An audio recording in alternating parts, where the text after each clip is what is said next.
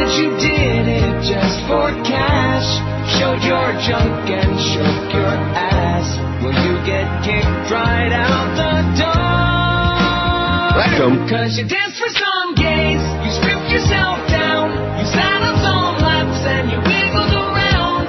You hoped we wouldn't know, but pictures don't lie. You grabbed at the pole and you went for a ride. You danced for some gays. It's all in the news. You say you love music, but you also love dudes. You danced for some gays. You danced for some gays.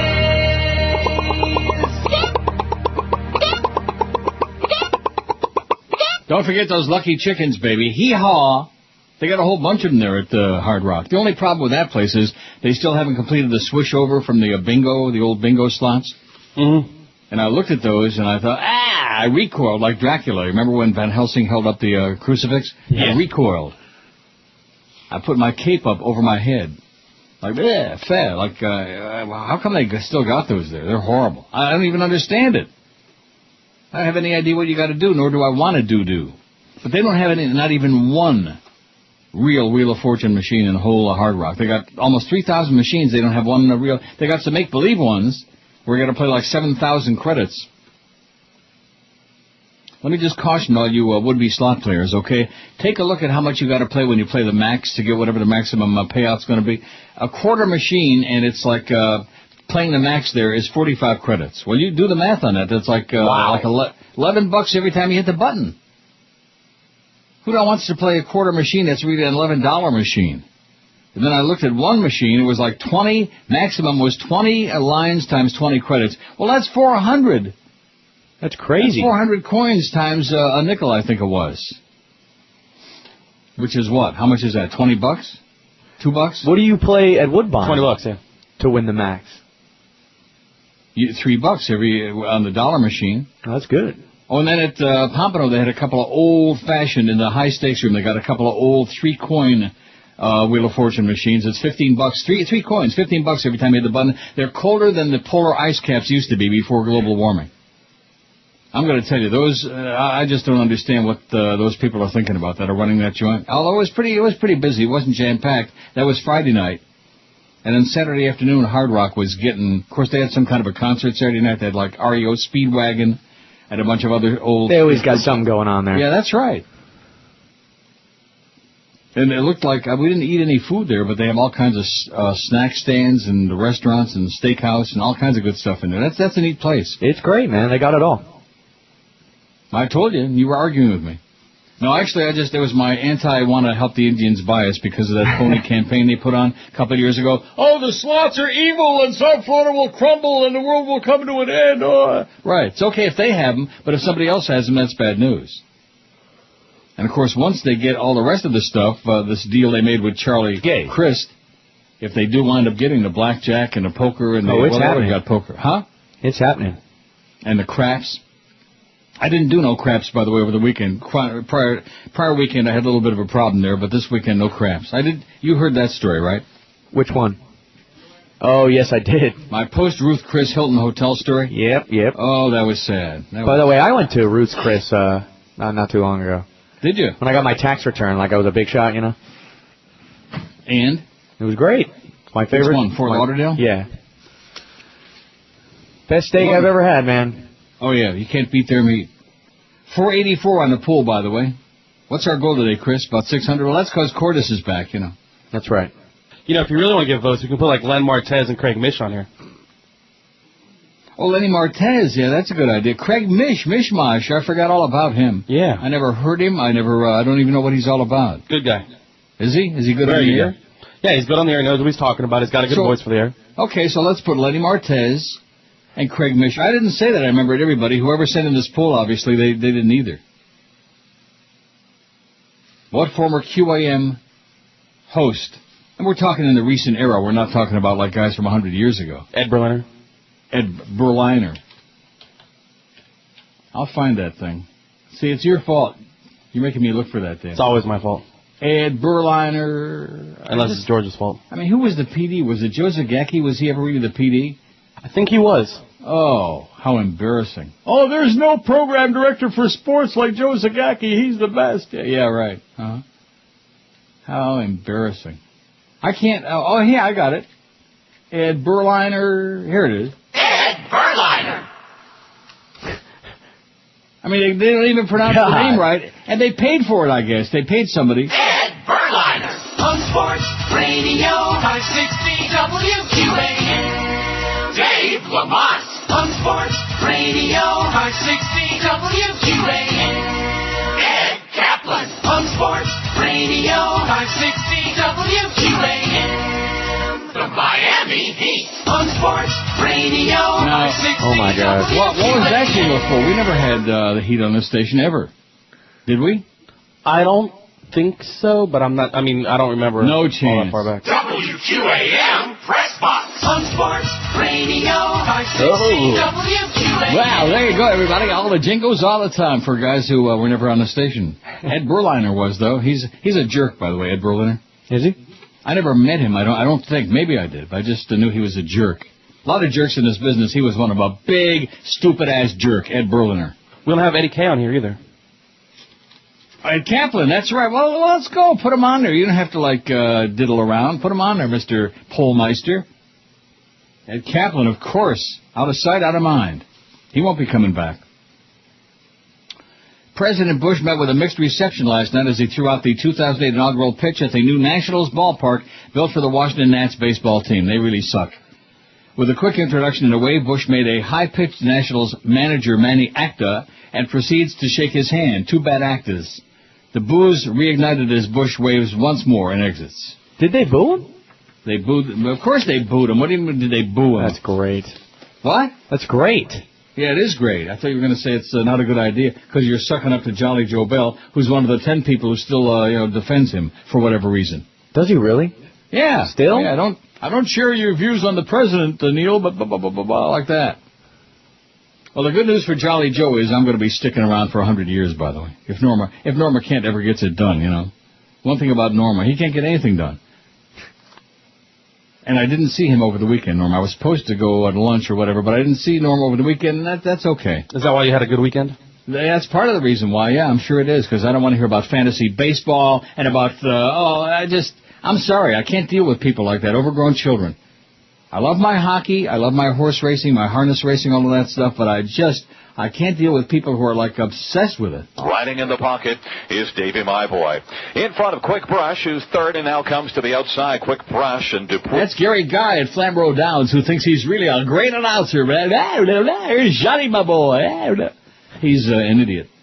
And he looks like a deadbeat. Looks like he'd been sleeping in a dumpster all night. Classy guy. Gary Guy. This is Neil What a Rogers. guy. Sports Radio 560 QAM. The sports leader. Fill out your brackets for Hoops Hysteria online at WQAM.com. Picks can be made round by round, and bonus points are given for picking upsets. Hoops Hysteria. Log on and play. A presentation of Sports Radio 560.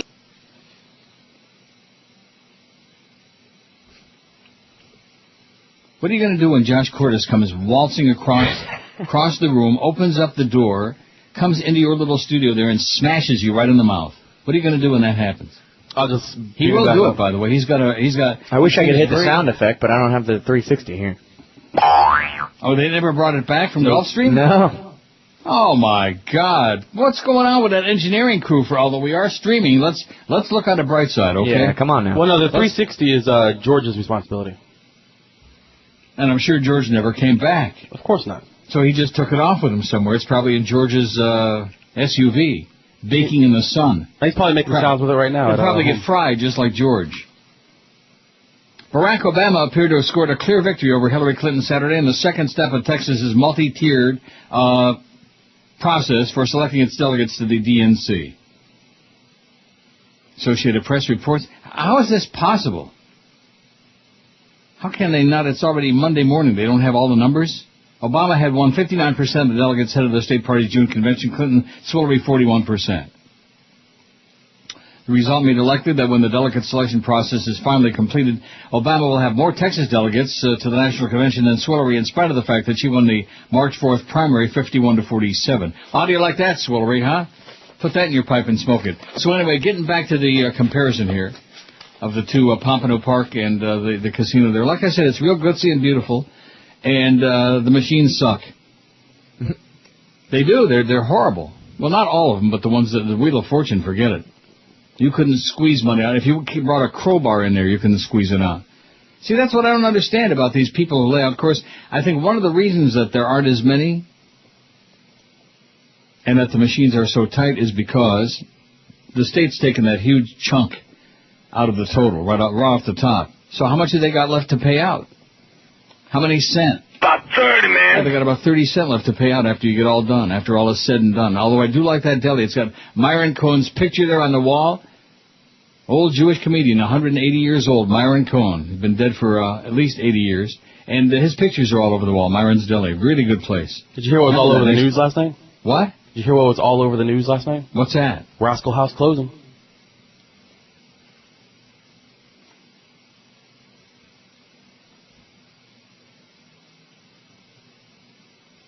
Like I said, when Curtis gets up out of that chair with a baseball bat, hey, I'm just telling you what was on the news last night. Direction. How long since I've been talking about the Rascal House is closing April 7th, okay? How long? How many weeks? How many years? About 30, man. I've been telling you that. It's an old story. I know, but it was on the news last night.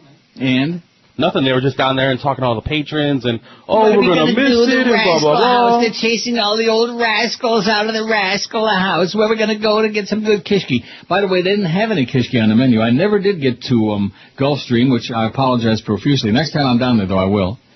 And get to a Christine Lee's also and check out the slots. I bet you, according to George, they have real Wheel of Fortune at Gulfstream. Unlike at Pompano, where they got a few of them, and then at the Hard Rock they have no real ones. But they take royalties on those. You have to pay royalties on Wheel of Fortune to the whoever has the trademark on those. You have to go and pee on Merv Griffin's grave, I think is the way it works. Or you have to go pee on Pat and Vanna.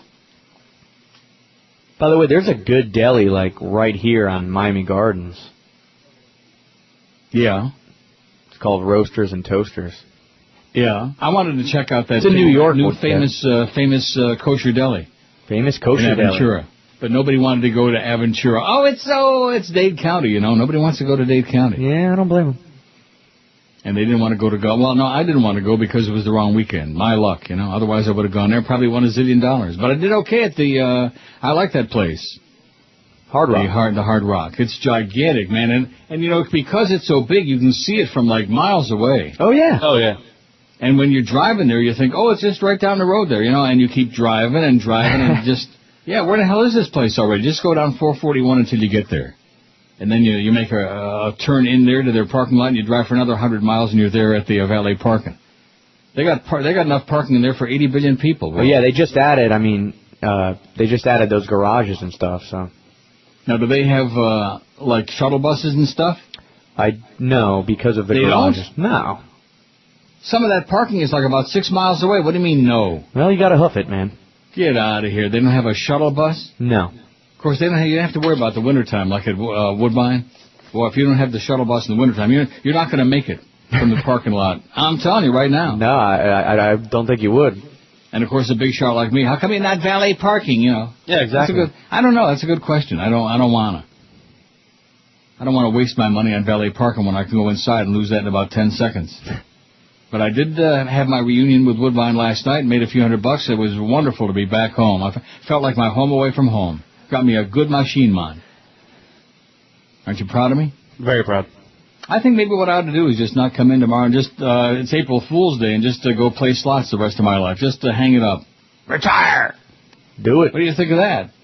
That would be interesting. If I could make like $5-10 grand a day tax-free, although that's right. It would have to be here. It sure wouldn't be down there. If you win anything big, everything is taxed in the U.S. Everything is taxed. Like that poor lady that won a $1.1 million, and she had to give away like probably 400 and some odd thousand to the government. Is that what it was? What? She gave away 400,000. Well, you got to pay 40% on that. Oh, yeah, that's nuts. Yeah, it's like the lottery. Oh, well, we'll give you an annuity if you live to be 200. You know, maybe you'll collect some of the money someday. It's a big fat-ass scam. Just ask your ex-fat-ass governor there, the Jebster. It's a big fat-ass scam. And by the way, is it just me, or is it, since they got the slots going there in South Florida, it doesn't seem like the world is coming to an end? There was a fist fight at Pompano between two black women. Really? They got into a cat fight, yeah. All right. Who And won? the security went running, and one of them busted the other woman's nose. She broke her nose. Wow. She smashed her. That's what you call smash mouth slots. Now, did you get to see it, or? No, I didn't see it, but we heard about it. Everybody was buzzing about it. I saw the security guys go racing after them. With all the people in Pompano, I bet people were betting on. Smash mouth slots, baby. But they were betting on who was going to win. That place is could be a lot better. Let me tell you that. It's beautiful, and the food there is they got a lot of good stuff. And then the ATMs, they got hidden away like, we don't want you to know that you really got those here because you might get some money out. Lost my ass there at Pompano. It was not good. I don't think I'll be making a return visit there anytime soon, but that's the way it goes. But Hard Rock was pretty nifty. And, of course, Gulfstream next time because they got real Squeal of Fortune. And then what you said, your friends thought it was great, and George keeps raving about how great it is. Yeah, apparently they got, somehow they walked into some room and said they were someone else, and they were in a room full of millionaires who were talking about the horses they own. What do you mean they said they were someone else? Who did they say they were? Well, my friends happened to walk in, and they told me as soon as they walked in, they were like, who are you with? And they said, just off the top of their head, they said CityLink, because they saw CityLink magazine.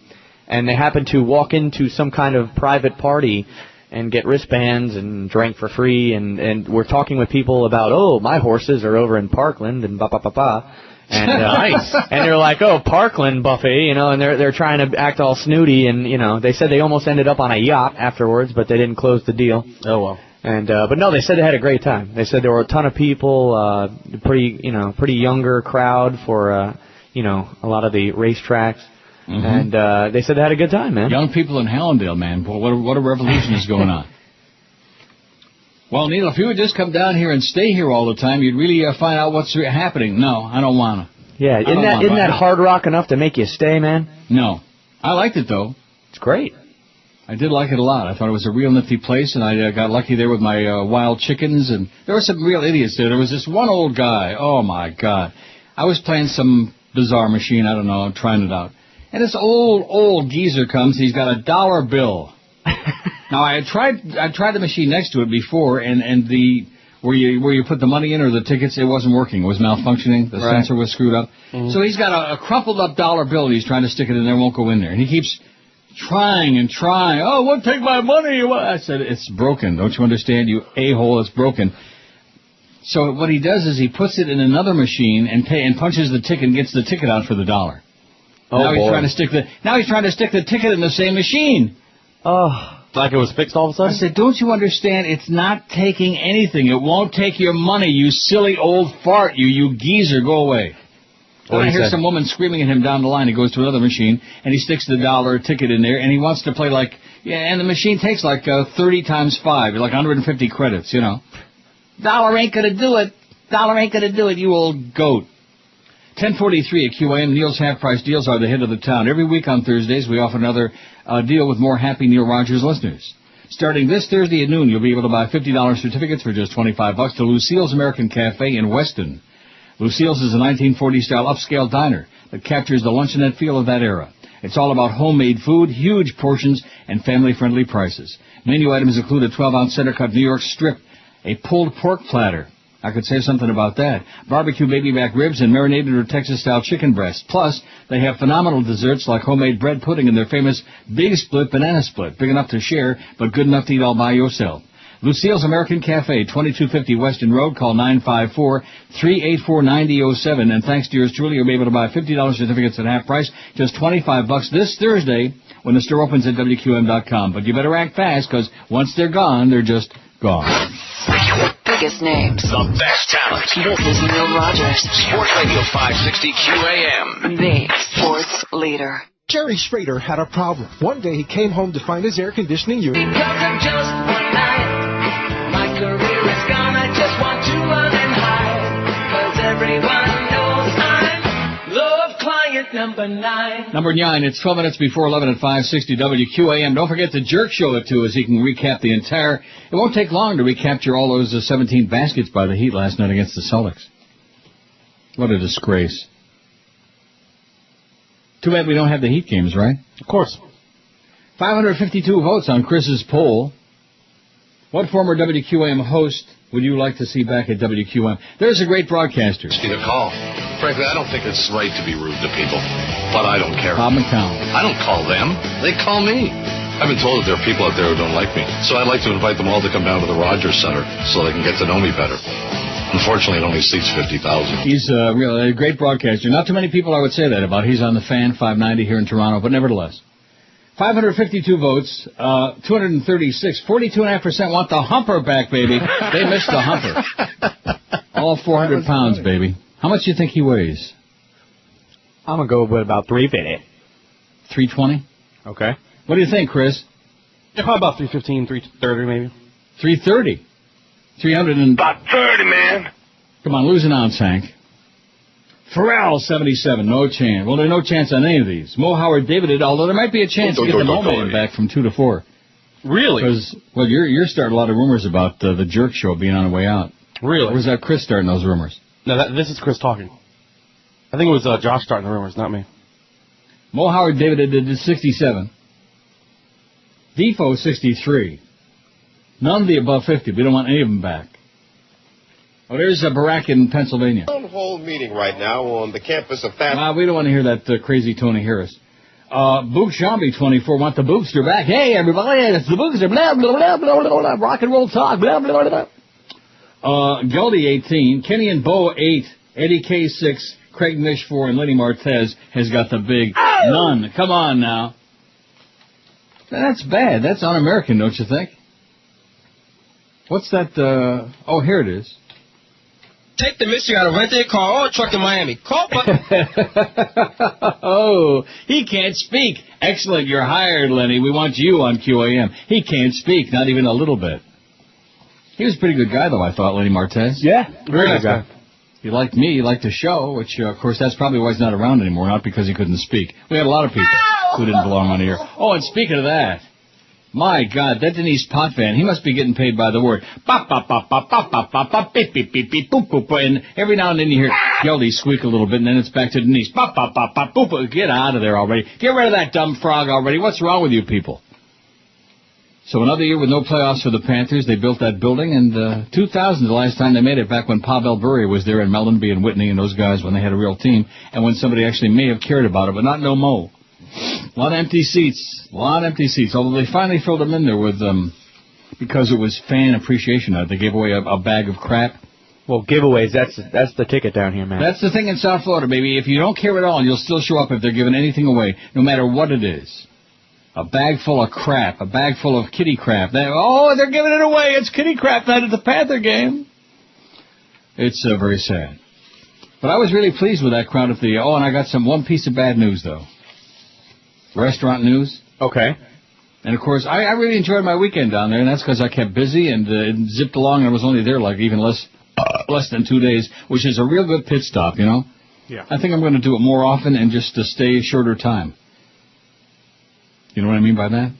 What do you mean by that? But when you're down there for such a short time, it's not like you have a chance to go to all these restaurants. Like I had and I appreciate very much, and I will take them up on it next time I'm down there, the invitation to come to the Christine Lee's in Gulfstream. Because everybody raves. You know, in my whole life I've never been to Christine Lee's, even the original one, and wherever the hell it was. Where was it? Miami somewhere? I don't know.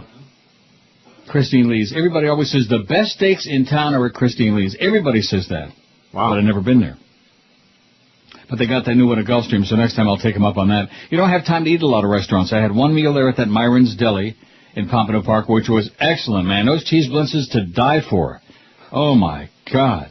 And the other meal we had, unfortunately, Saturday lunch was at the Grand Lux Cafe. And then people are going to say, well, you talk out of both sides of your ass, Neil. One minute you're telling me this place is great. It's like the Red Lobster. It's safe to go back to the Red Lobster, all depending on what you order. You have to be very careful what you order. You know what I mean by that? What do you mean? You know there's restaurants like that where there's Yes. certain things that are great, and then the rest of it like, fair, you know. Yes. And that's how Red Lobster is. The chowder is great. Those little mushroom stuff with crab meat and baked in cheese in that little casserole, that's phenomenal. Anything else, good luck to you. And Grand Lux Cafe, now they had clam chowder that was really sensational. I had a nice big bowl of chowder. Everything else sucked.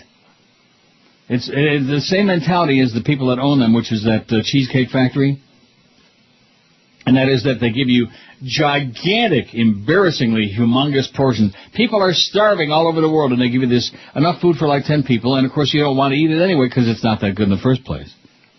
I had an omelet. How bad can an omelet be, okay? It's pretty tough to screw that up. Yeah, well, it wasn't good. I had an omelet with like bacon and cheese and onions, and it sucked. And one of my friends had fish and chips, and it was like sucked. And the other guy had some kind of a sandwich, and it sucked. So Grand Lux Cafe, that's 1 for 2. In fact, I'm thinking the last time I was there, the entree wasn't all that great. It was the appetizer that was good. Some kind of like spring rolls that were great. Just because somebody gives you a humongous... See, that's the mentality in South Florida. All the hazards we got down there, all the schnorrers. Oh, I get about $40 worth of food for $10. Well, great. And when I stop to think about the amount of food that they must throw away every day in a place like that, it's criminal. That's Americans, man. Big portions. Yeah, gigantic portions of crap. I'd rather have a medium-sized, reasonable-sized portion of really good food. Who wants a giant portion of crap? I went through that last Saturday or whatever night it was. I had a giant portion of crap. Oh, baby. Woo! A gigantic, humongous portion. So anyway, Grand Lux Cafe, I withdraw my endorsement of that. Not that they care, or, They were fairly busy, not jam-packed, though. And that's Sawgrass. Well, what is the story with that place? Although the one positive thing I will say is that this time in the Sawgrass, I saw people who actually were speaking English. Whoa. They weren't from Brazil. They weren't speaking I don't Portuguese. believe you. Yeah. No. I didn't say a whole lot of them, but there were some people in there speaking English who looked like they didn't just, break through the Mexican border and jump over the wall. What? What are you laughing about? Yeah, I mean, you're always in the negative when it comes to gambling, but not so bad. Like I said, when I think he just said he doesn't want to check. With that, what? I think he just said you don't have to send me any more checks. No, I can't afford to be sending no checks to anybody after losing all that big money at the slots this weekend. You jackass. I think I did pretty good, especially after that horrendous start. I mean, Pompano on that Wheel of Fortune, you just keep waiting for something to happen. I put in $200 in this one machine. I never got a spin. I don't think I even got a cherry. It just sucks the money. It's like a vacuum cleaner. And there's like a little sound inside like, oh my God, a sucker is born every minute. Just keep feeding, baby. Feeding the dead machine, man. I'm just unimpressed with what they did there. And I saw my good friend Derek there at Pompano Park. He didn't even recognize me. But finally he did recognize me, came over and gave me a big hug and a squeeze. I think he kissed me on the cheek, which is, in The Godfather, that kiss on the cheek. Oh, you remember when Michael kissed Fredo on the cheek? Oh, speaking of Godfather, it's running on AMC again. All day, every day. Yep. Well, what is that all about? I mean, you know what a big fan I am, and I did watch an hour of part 2 yesterday. Yeah, but you can't watch it on AMC, What's my death? Oh, we just missed it. Just went into a break there. It's on again right now, so remind me when they're finished with a break here on AMC. Well, what's that all about? I guess everybody watches it every time, every day. No, they don't. Even as much of a groupie, as much as I'm hooked on it, man. I watched an hour of part 2 yesterday, where Hyman Roth was getting shot at the airport. Do you remember that? Of course.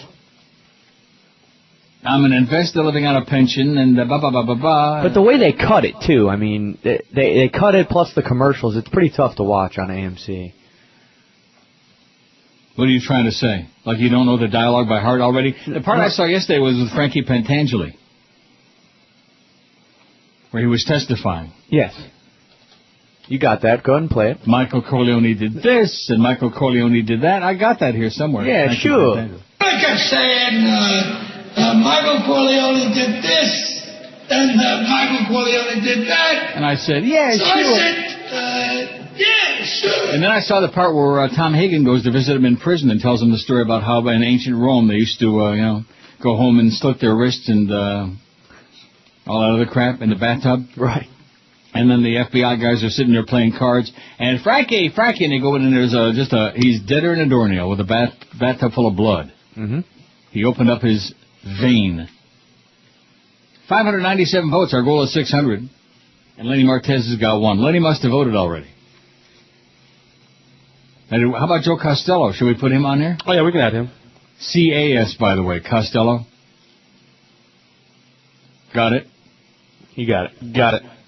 Now, who was the other schmuck that used to be on with Joe overnight? What was his Mark name? Eisenberg. Mark Eisenberg, who didn't belong on any...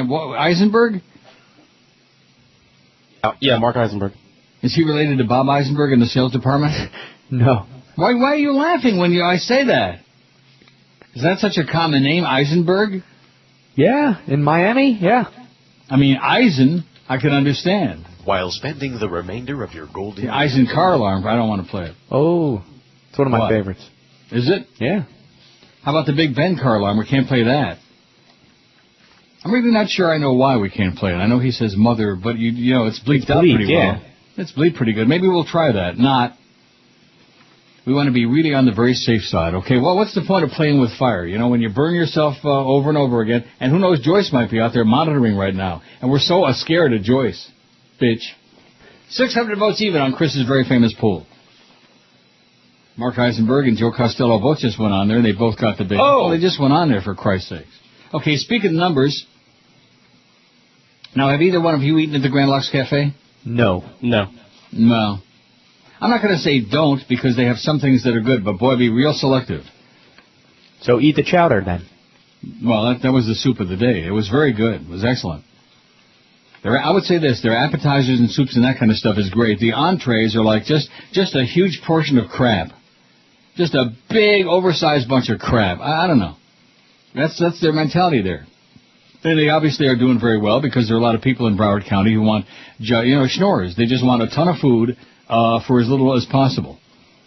It doesn't have to be good food. It doesn't even have to be edible food. Just a whole lot of stuff on the plate, and that makes them happy. Well, good luck to you.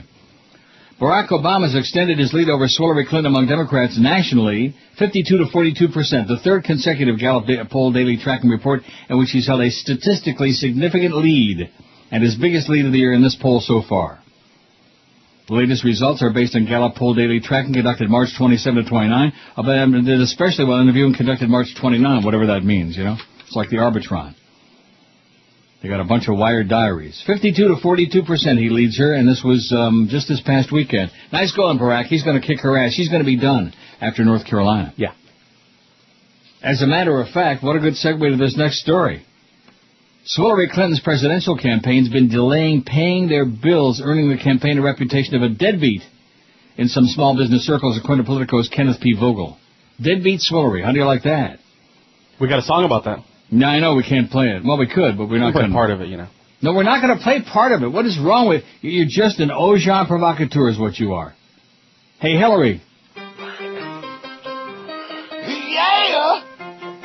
This is Grandmaster Bokomo V. In Florida, you got the right to work law. What you don't know is Florida-based corporate got... Okay. Yeah, I need the job, okay? I need the work. So, Mr. Big Mouth in there, Mr. Big Shot, Mr. Big Shot with I want you to have career. a job here, too. Screw you. No, thank you. Clinton's cash on hand is being spent on critical media buys intended to bolster an increasingly uphill bid for the Democratic presidential nomination. A pair of Ohio companies owed more than $25,000 by Hillary for staging events for her campaign are warning others in the tight-knit event production community and anybody else who will listen to get their cash up front when doing business with her, Vogel writes. I'm going to learn the casino business. Yeah. Where's Michael?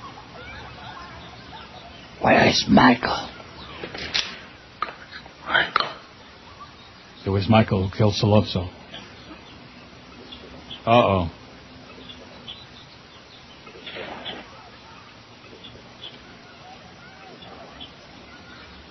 It was Michael who killed Solovso. See, do I know my dialogue? Every word. Let's see. Her campaign, Hillary's campaign, say representatives of the two companies in Ohio have stopped returning phone calls and emails seeking payment of outstanding invoices. One even got no response from a certified letter. Right. You go, girl. She's kicking ass, her own. Their cautionary tales combined with published reports about similar difficulties faced by a New Hampshire landlord, an Iowa office cleaner, and a New York caterer highlights a less obvious impact of Clinton's inability to keep up with the staggering fundraising pace set by Barack Obama. Clinton's campaign declined to say to recent specific questions about such transactions, Politico said. But Clinton spokesman Jay Carson pointed on Saturday to an earlier statement the campaign issued to Politico asserting the campaign pays its bills regularly and the normal course of business and pays all of its bills. Yeah, we've heard that before, too. Speaking of what you were talking about. Please don't worry about it. Can't afford a stalemate. Well, then there ain't no more stalemate. I'm going to end it by killing that old bastard. Yeah, you're getting a great reputation. I hope you're enjoying Well, you just do what I tell you to do. Even if I had a wartime consigliere of Sicilian, I wouldn't be in this shape. Papa Jenko, look what I got. Got to get tighter on that, Neil. I didn't mean that. Mom made a little dinner. Mom made a little dinner. All right. The biggest names. The best talent. This is Neil Rogers. Sports Radio 560 QAM. The sports leader. Fill out your brackets for Hoops Hysteria online at WQAM.com. Picks can be made round by round, and bonus points are given for picking upsets. Hoops Hysteria. Log on and play. A presentation of Sports Radio 560 QAM. It's not done till it's toasted. The new KFC. Questo paese ci sono belle ragazze, ma virtuose, eh? That's Apollonia's daddy there with the saloon, the cafe, whatever that place was. How about we just carry Godfather the whole dialogue? All right. Anyway, so here's a little information. It says the loser on the show with you. Now, who was it was talking about the Rascal House was all over the news? Was that Chris? Yes. You're the loser that he's referring to. Okay. The Miami Palm Tree guy. It says Rascal House was on every TV channel last night as yesterday was yesterday was their final day. Well, why didn't you say that? I didn't pay attention to it. April 7 they were closing. What? I didn't pay attention to what they were saying. There was a big feature in in Saturday's Herald and the Rascal House Memories as well. And Michael Mayo had a blog post about it today. The Channel 4 report says, sei gesund. A South Florida landmark known for its corned beef sandwiches and red vinyl booths will be closing its doors for the final time Sunday night. It's no Myron's, I'll tell you that. If you missed the Rascal House, go to Pompano Park and go to Myron's Deli. Man, those blintzes were just to die for. The Rascal House on 171st and Collins in Sunny Isles Beach is shutting down. Oi! Is it just me, or is it you're feeding me low level, or is maybe I'm going deaf like Rush? I haven't been popping any oxys, but is it the level a little lower than usual, or what? I haven't changed anything over here, no. Yeah, you have. Not. Yes. No, maybe the other room. I don't know, maybe, but I haven't changed anything. The restaurant's been serving New York deli-style sandwiches and meals for more than 50 years. Wolfie Cohen opened the restaurant in 1954. The owners say it's just time to close down and let a new business take over since they said business has recently slowed down. That's because all the old Jews have died off or moved to Boca. Good. What? I meant business has slowed down. Oh. Place is like $30 for a turkey sandwich. You turkey? How do you know? You eat at the Rascal House? I've been there at like... You deserve whatever punishment you get, mister. Let me tell you that right now. Should be your worst problem, Sonny. A lot of our clientele has moved, north or west. Some have retired or passed away, explained Jason Starkham, who's one of the owners. Rascal House regulars say they're not ready to say goodbye. It's very sad, said Marilyn Gilman. I'm very depressed. The food here is delicious. We've been coming here for 20 years. We love being here. Well, that's the way it goes, honey. Unfortunately, it's the end of an era, said David Siegel, who was having his last Sunday night supper at the restaurant. Brings a little knot to your throat, a little tear in your eye to know that most businesses don't even last 54 years, and this one's finally going to be gone, too. And once it's gone, Apollonia. It's gone.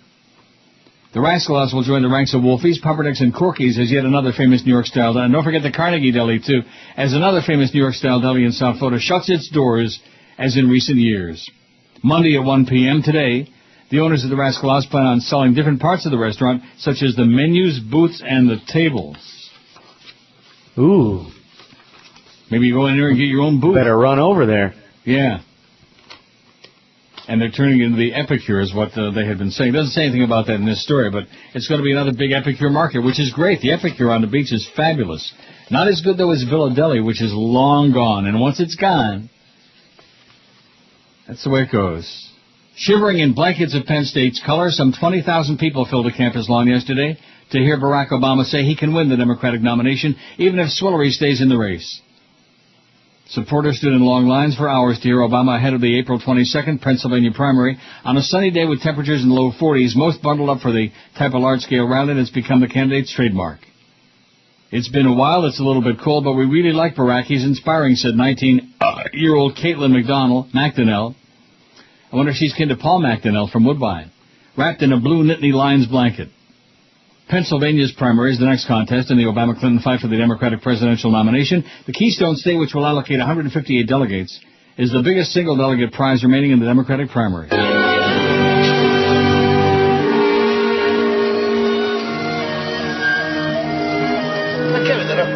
dietro non dà mai. No, Speak it English, okay? Non si pensa. I just can't get over that one old guy sitting with his crumpled up dollar bill trying to jam it in the machine. And there was a whole bunch of empty machines right there, the same machine, you know what I mean? Yeah. Why? It's just called being stubborn, being a hard ass, being a jerk. Well, he knew that was the winning machine. Oh, that was the winning machine, man. How? Well, you got to put more than $1 in there to win something in any machine, man. Put some serious money in there or get the hell out of here, okay? Go beg on a street corner. Spare some change, mister? Go out and get a tin cup. Oh, I hear they're courting now, Apollonian, and the whole Gata Mishpacha is following them up the mountain there, you know? Make sure that nobody does no hanky-spanky or gets naked or anything like that. And there's Fabrizio and, what is it, Kahlo, following them up the hill. And just like you said, now here's the interruption with a break. Tonight it's Forrest Dump. What is it about him that bothers me so much? Boy, I liked him in that first movie, the Mermaid movie. What was that one? Oh, God, what's Splash? Splash. That was cute. It was okay. With Daryl Hannah, yeah. With Daryl Hannah. That was a cute movie. He was innocuous, inoffensive. And ever since then, man, I hate him like poison. I can't stand him. What about Bachelor Party? What? What about Bachelor Party? Never seen it. Hold on, he's got to have made some good movies. Like, what about, you see Saving Private Ryan? No. Saving Ryan's Privates? Good movie. How about The Covenant with Stephen Strait? Who you hope isn't. What? Who you hope isn't. Well, what do you mean I hope? What do I care? If he's gay, he's going to come jumping into my bed? Well, what are you talking about? Yeah, of course. See, I'm not one of those people that has these wild fantasies. Like I see some movie star in there that looks really hot, and I'm thinking, oh, boy, I'm going to do that. No, you're not. You're not going to get anywhere near that, whatever that might be, you know? I had a better chance with that kid at the slot machine in, whatchamacallit? I don't know, what do you call it? At the Hard Rock. Yeah, I had a better chance there. At least he was standing right there. The kid who got thrown out for being like 12? The one that got thrown out for being not old enough, right. He was old enough, but not old enough for that. You didn't like Catch Me If You Can? I didn't catch him in the can, no. I did go to the can when I finally could find it. Now, that's a great place. I'm so glad that I thought about going there. And then, of course, George will be all bent out of shape when he comes back. Oh, you didn't go to Gulfstream. They invited you. Listen, next time I'm there when it's not Florida Derby weekend, which it won't be because that was this weekend, and it won't be so psychotic, I'll be delighted to go there. Because I hear nothing but great things about their casino and about the food and all of that. Now, what about the food? Did you eat there? Who? You. Oh, that's right. You I wasn't there. Was your friend. Well, what about your friends who were whining and dining? Yeah, they ate for free, man. Pretending to be important people, right. Which they're not. They faked that they were big how come they didn't mention your name there? Ooh, they might have got thrown out then. We're Josh Cordes' friends, you know, from the Josh Cordes show featuring Neil Rogers on QAM. That's it. I think that would have done it. Yeah. So the food was good? That's what I hear. Excellent. And contrary to all the hysteria, like I said before, you got your slot machines, you got other stuff coming in pretty soon, like real gambling, and the world hasn't come to an end, and there aren't people getting raped and robbed, and the only thing I saw was that little fist fight there between those two dark broads there at Pompano. Screaming and gnashing. You bitch, you whore. Whatever that was all about, I don't know. It's what you expect in South Florida, you know, is like unfriendly, like hostile. That's right, everybody's angry, man. What are they angry about? The fact that they're stuck there, is that it? Maybe. If I could tell you how pleased I was when I got back here and when that plane touched down at Pearson Airport, you can't even begin to imagine. Was there a sense of relief? There was a sense of like, oh, I got my life back. But like I said, I had a good, it was probably, I would say of all the times I've been back down there in these last 7 years, that was the best weekend. It was fine. Except, of course, for that entree at Grand Lux Cafe. What did I have? How can you have a bad omelet? What can you do to it? Overcook it? It sucked.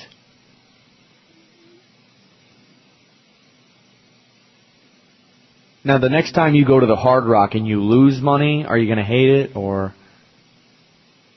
Well, of course you're going to like it better. You see, you don't understand. It's not a question of whether you won or lose. It's a question of whether there's any action, or whether every machine is giving you a chance, or most of the machines are giving like a little action for your money. So, like, if you win a little bit...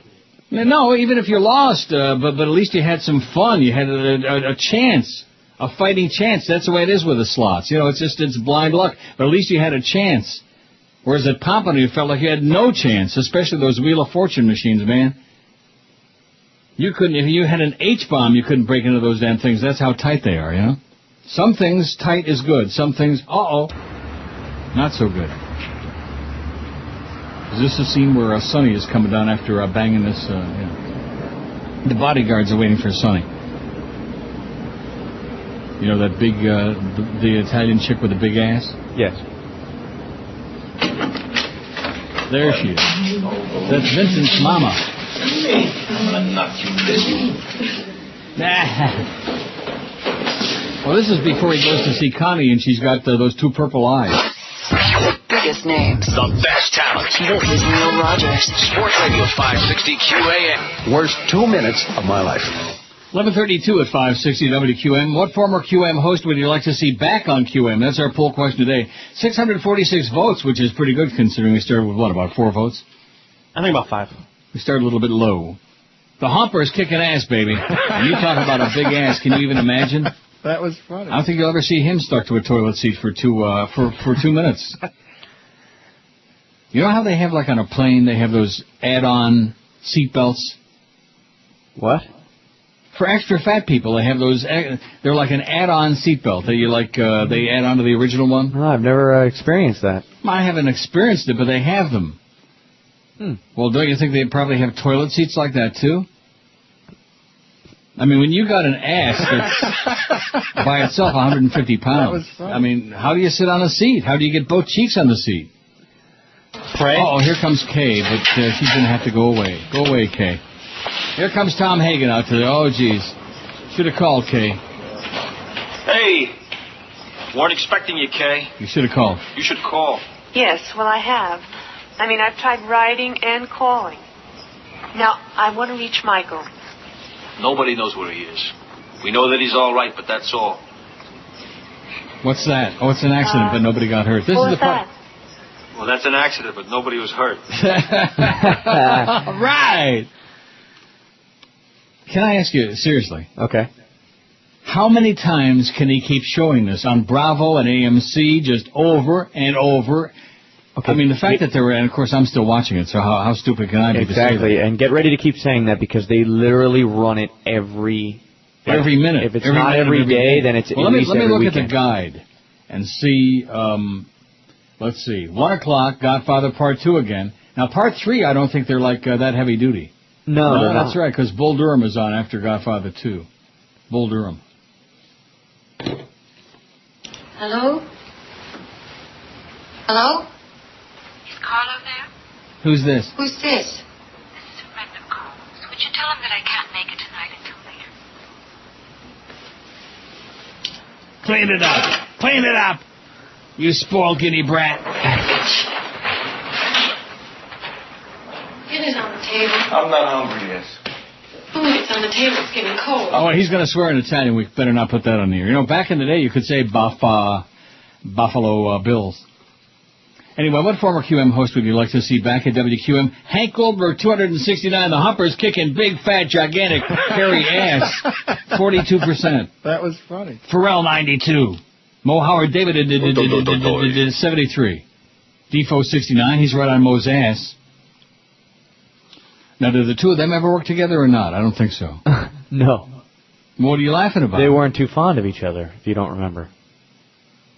Mo and Defoe? Oh, no, I'm sorry. I thought you meant Mo and the Humper. You better get your humpers straight, mister. That's it. Break it all. Clean it up, you getting spoiled guinea brat. He's going to regret that. What? He's going to regret that. Who, Carlo? Yeah. Hey, Carlo. Oh, hi, Clemenza.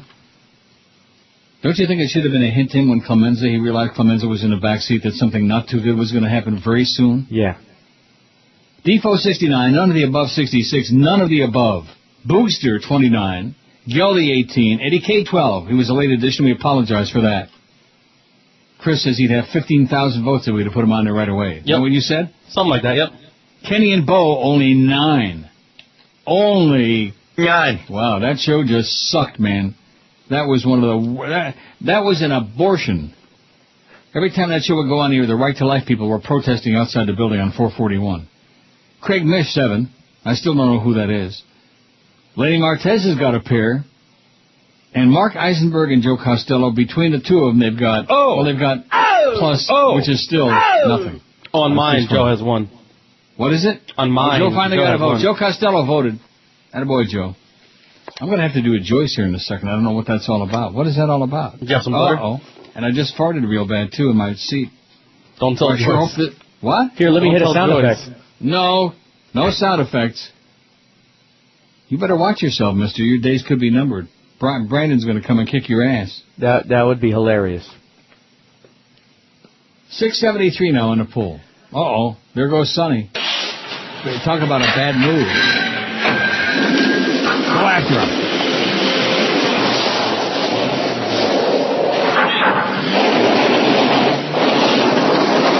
Sonny's last drive, by the way. Sonny, come on. Get out of here. Get out of here. Get out of here. Uh-oh, here comes Sonny to the causeway. And you hear the play-by-play of the Yankee game is on the radio. Isn't it the Yankee game? Wow, that's pretty impressive. What? I never noticed that. You'll see. When he pulls up to the tool booth. The tool booth guy is listening to the ball game on the radio.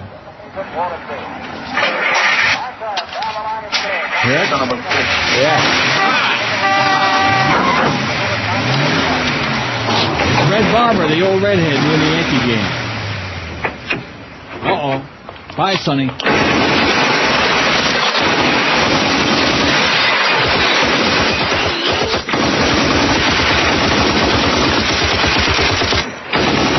And you know what Sonny's last words were, don't you? You're thinking of Sperry person. Biggest names. The best talent. This is Neil Rogers. Sports Radio 560 QAM. The sports leader. Fill out your brackets for Hoops Hysteria online at WQAM.com. Picks can be made round by round, and bonus points are given for picking upset. Hoops Hysteria. Log on and play. A presentation of Sports Radio 560 QAM. Bell South Small Business simplifies your voice, data, and network experience so you can stay focused on what's important to you. Bell South offers the ease of one-stop shopping, reliability, and stability, all on the services your business needs, all on one bill with significant savings. You will have the expertise on your side with a Bell South Small Business expert. Bell South Small Business will work closely with you to quickly create solutions that are right for your small business. Call Bell South now at 866-497-SAVE or go to bellsouth.com. So when you're ready to get everything you need from one company, just go with Bell South. Listening, answering. Thinking about a pool? Your own pool that's ready when you are. Well, stop thinking about it and make it happen. Skyler Pools and Spas can help you. They offer top quality... I'm a chocolate thunder from down under. Only I prefer chicks, but working here I can't say nothing. Heat me ball, heat me ball, heat me ball, heat me ball, heat shot, heat shot.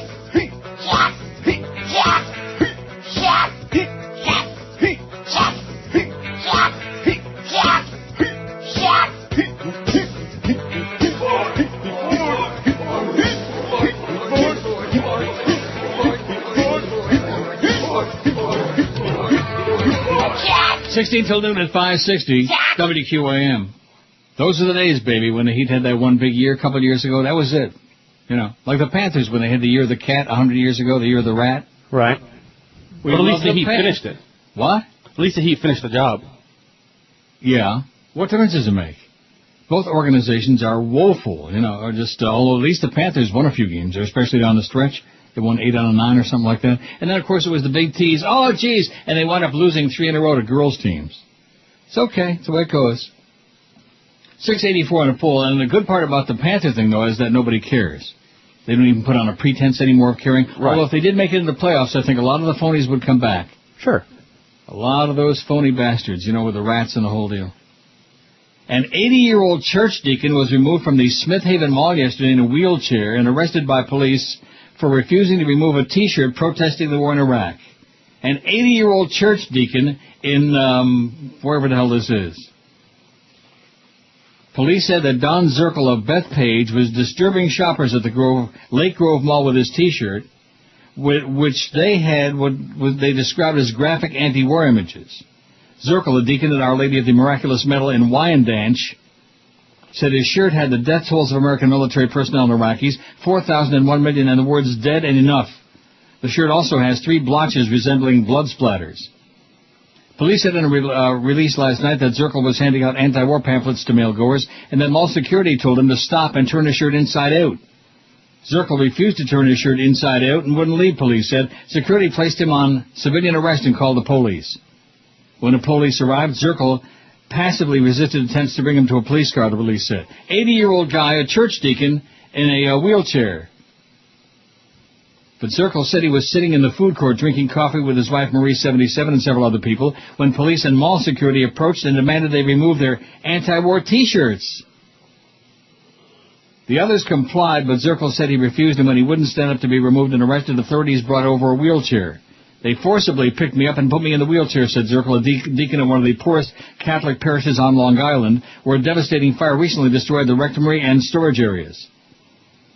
Zirkle was charged with criminal trespassing and resisting arrest. He was released on bail. A spokeswoman for mall owners Simon Property Group didn't immediately return calls seeking comment. Generally speaking, a mall's got the right to control what happens on its property, said John McEntee, a Uniondale commercial litigation lawyer. Activists with dueling opinions had gathered support and opposed America's 5-year campaign in Iraq. As Zirkle was being wheeled to the police car, the crowd chanted, "We shall not be moved!" Moments later, they moved. Police and mall security had ordered them off the property. Many joined a larger anti-war crowd assembled by the mall's entrance, off mall property on Veterans Memorial Highway. They were complimented nearby by protesters saying the Iraq war is vital for security. Right. Vital for security. You know, they were going to come and get us, you know, with all those nukes that they didn't have and all those chemical weapons they didn't have, et cetera, and so on. Remember? Yeah, but why are you trying to start something? We got Zach tomorrow, Wednesday, and Thursday, and we got, what's his name? Josh Cordes today and Friday. George is on vacation all week. That's right. So those people who hate George like poison, which, you know, there are a few of those, just like there are many who hate me like poison. That's the great news for you. You got a whole George-free week. Nobody hates you. So how did, yeah, likely story. So how did he do at the track on Friday after I left? He said he had a good time. I know he won the first race that you gave him. Yeah, but did he bet it? Yeah. He bet the 2-horse, paid 6 and change. He did. He thanked you. And then I told you, the girl who was giving him tips told him to bet on a horse that won. Look how they massacred my boy. Wait for it. Come on.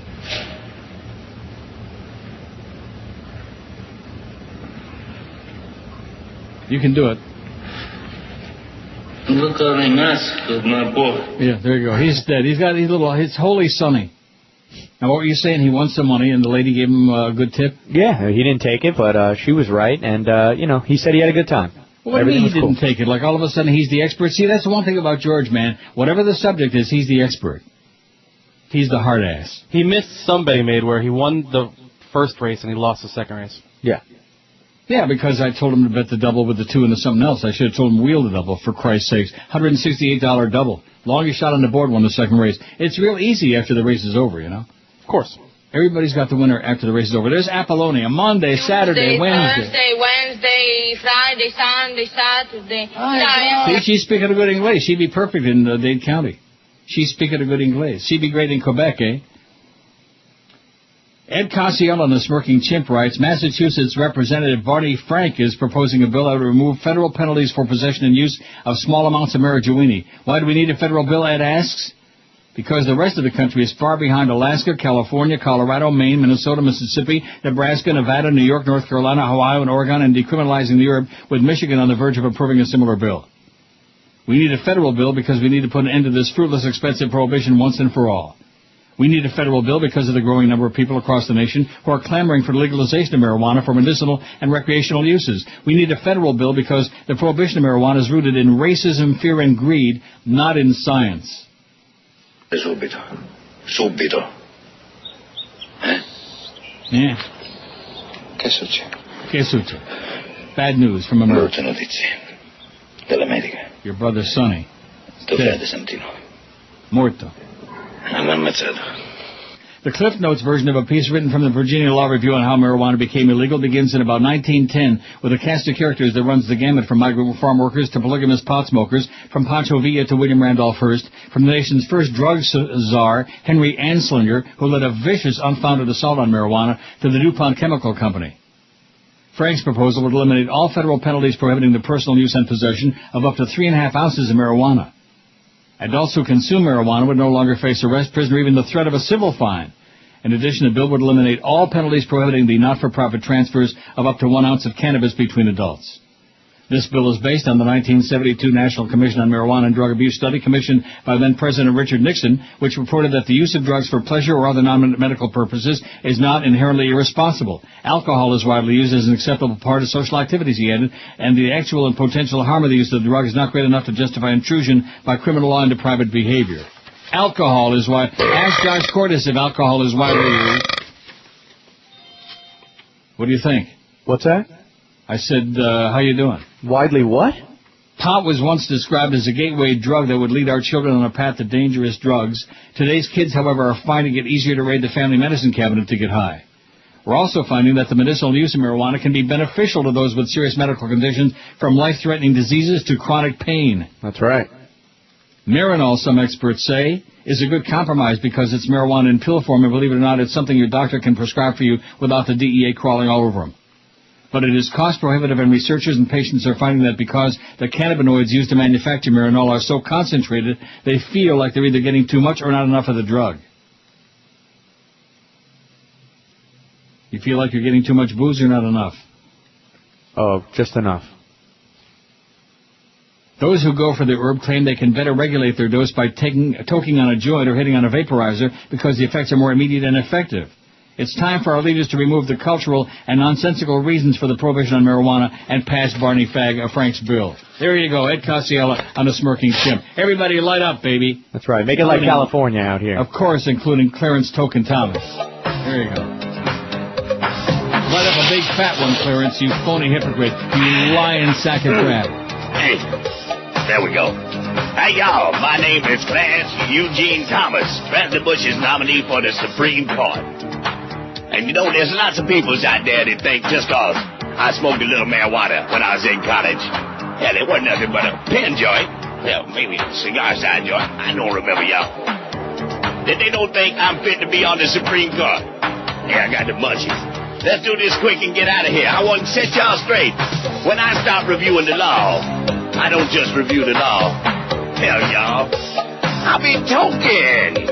And I toke it to the east, and I toke it to the west, and I toke it while I look up Sandra Day O'Connor's dress. I be toking. Let's go burn one, y'all.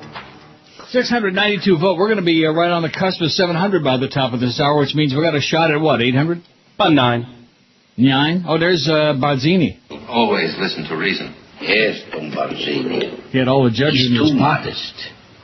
He had all the judges and politicians in his pocket. He refused to share them.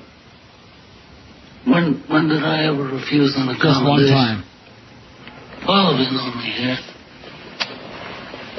When did I ever refuse? Except one time. One time. And why?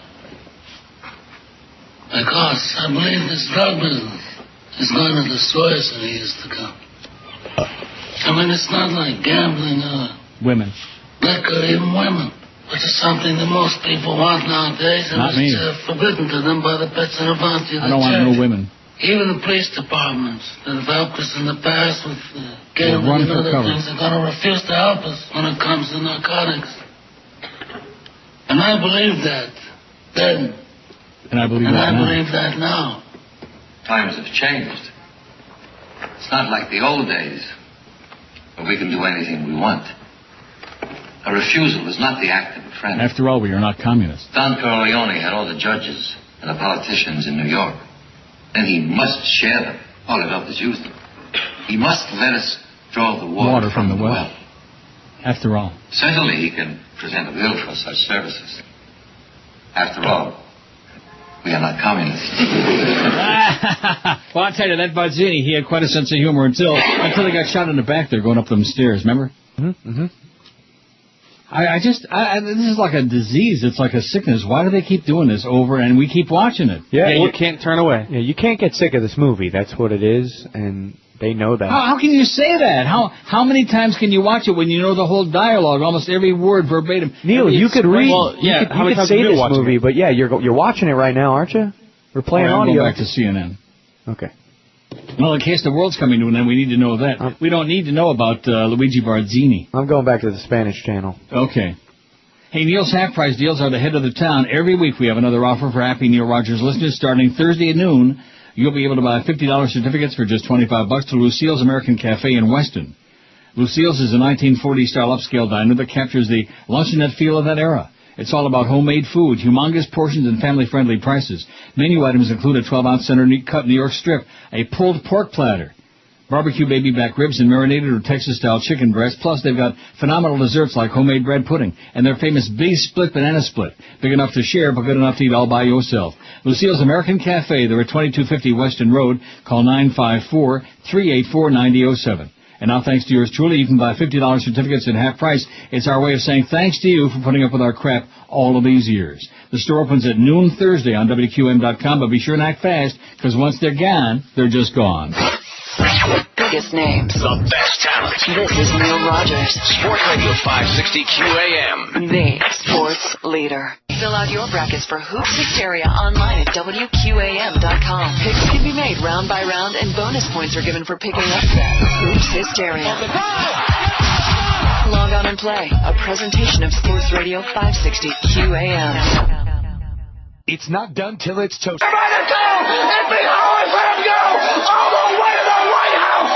Yeah! 12:01 at 560 WQM. Happy Monday to you, the 31st of March. Wow. April Fool tomorrow. What kind of April Fool scam should we come up with? Like saying we're not going to be here, we're going to lay out? We can probably come up with better. Such as we're going to break into the Rascal House and eat all the leftovers? Nah. I wonder if they have any kishke left over at the Rascal House. You ought to wrap it up and send it to me. Still haven't found any good kishke, although it looked really, that menu with the famous kosher deli looked really inviting. I didn't get to go there. Damn it. How many meals can you eat in a couple of days? Well, I shouldn't ask you that. So why didn't you go to the Rascal House before they closed while you're down here? I don't like the Rascal House. I don't want anything to do with the Rascal House. Don't you understand? If I was going to go to that, in addition to which, Myron's Deli was just fine if I wanted deli. And it was right there inside Pompano. Well, while I was losing my ass. Pompano reminded the casino, the machines reminded me of Montreal. You know, it's kind of like a one-way deal. They just take. Like Joey Zaza said, if you won't take, then if you won't give, then I take. Well, that's what you're going to have to do is break into the machine, because they don't pay out.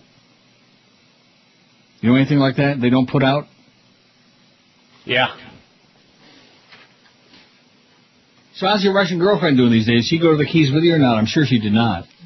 Dude, I went to the Keys for a bachelor party. Why would... she's not my girlfriend, by the way, but no. Your former girlfriend, your ex. Yes. No, she did not go to the Keys with me.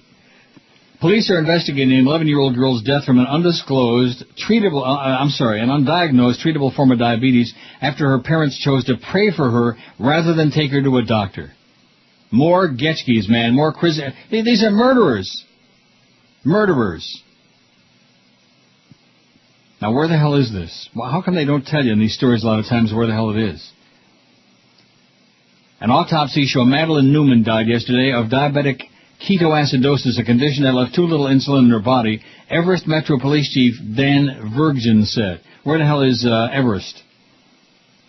Anybody got any idea? No idea. She had probably been ill for about a month, suffering symptoms such as nausea, vomiting, excessive thirst, loss of appetite, and weakness, the chief said last week, noting he expects to complete the investigation by Friday. What's the date on this? Oh, from last Friday. And forwarded results to the DA. The girl's mother, Lilani Newman, said that she and her family believe in the Bible and that healing comes from God. Oh, God! But that they don't belong to an organized religion or faith, are not fanatics, and have nothing against doctors. No, they're not fanatics, but they let her die. Oh, my God. She insisted her youngest child, a wiry girl known to wear straight brown hair and a ponytail, was in good health until recently. We just noticed a tiredness within the past 2 weeks, she said Wednesday. And then just the day before and that day, the day she died, it suddenly went into a more serious situation. We stayed fast in prayer then. We believed she'd recover. We saw signs that to us looked like she was recovering. Her daughter, who hadn't seen a doctor since she got some shots as a 3-year-old, according to Virgin, had no fever, and there was vitamin something in her body, or warmth in her body.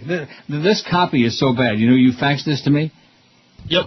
The Mount Palomar telescope couldn't help you read this thing. The girl's father, Dale Newman, a former police officer, said he started CPR as soon as the breath of life left his daughter's body. Family members elsewhere called authorities to seek help for the girl. Some family. My sister-in-law, she's very religious. She believes in faith instead of doctors, the girl's aunt told a sheriff's dispatcher Sunday afternoon in a call from California. And she called my mother-in-law today and explained to us that she believes her daughter's in a coma now and she's relying on faith. The dispatcher got more information from the caller, asked whether an ambulance should be sent.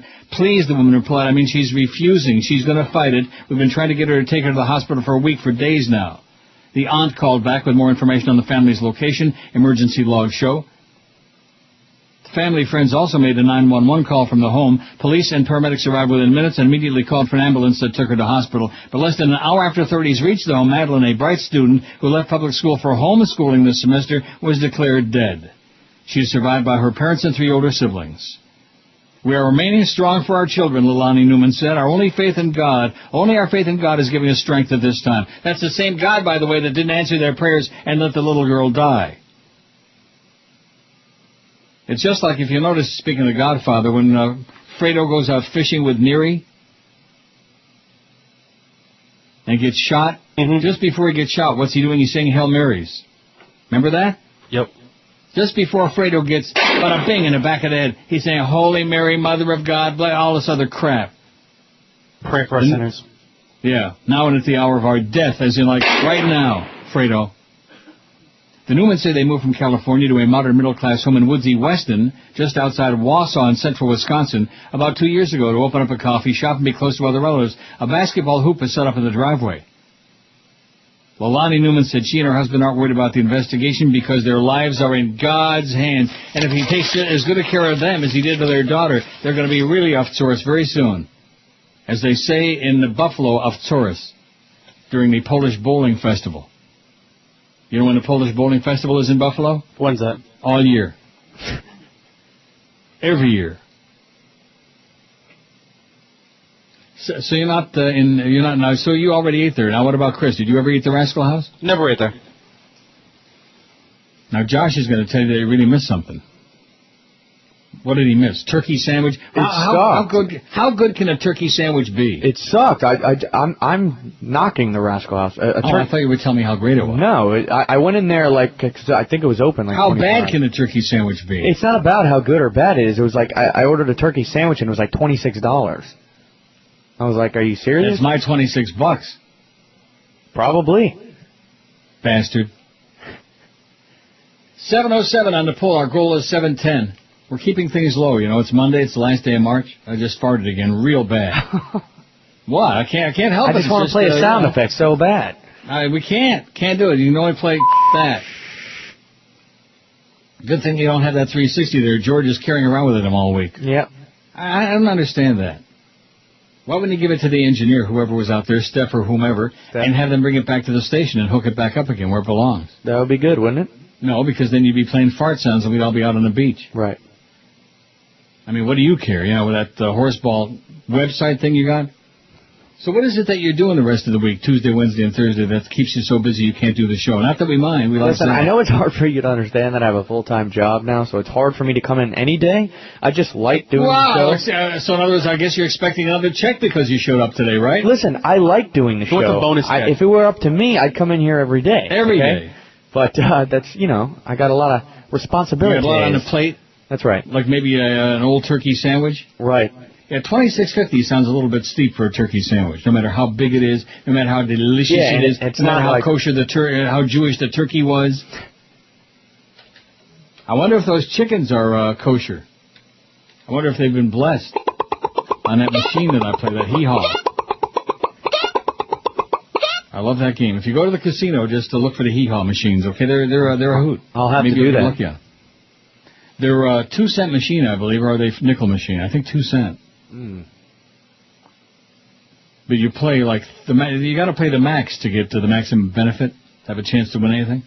And I think what it is 30 times 5 is 150. So it's like a $3 machine. 152 cents. You know what I mean? Yeah. That whole thing to me is just I just don't get it how they get away with that. Oh, it's a nickel machine. It's a 2-cent machine. The hell it is, okay? If you want, it's like that big Wheel of Fortune, 1 cent and 2 cent thing they got with a huge wheel. I didn't see any of those down there. They have one at Woodbine. They have them in Niagara. And you got in order to get a spin, you've got to play 40 times something.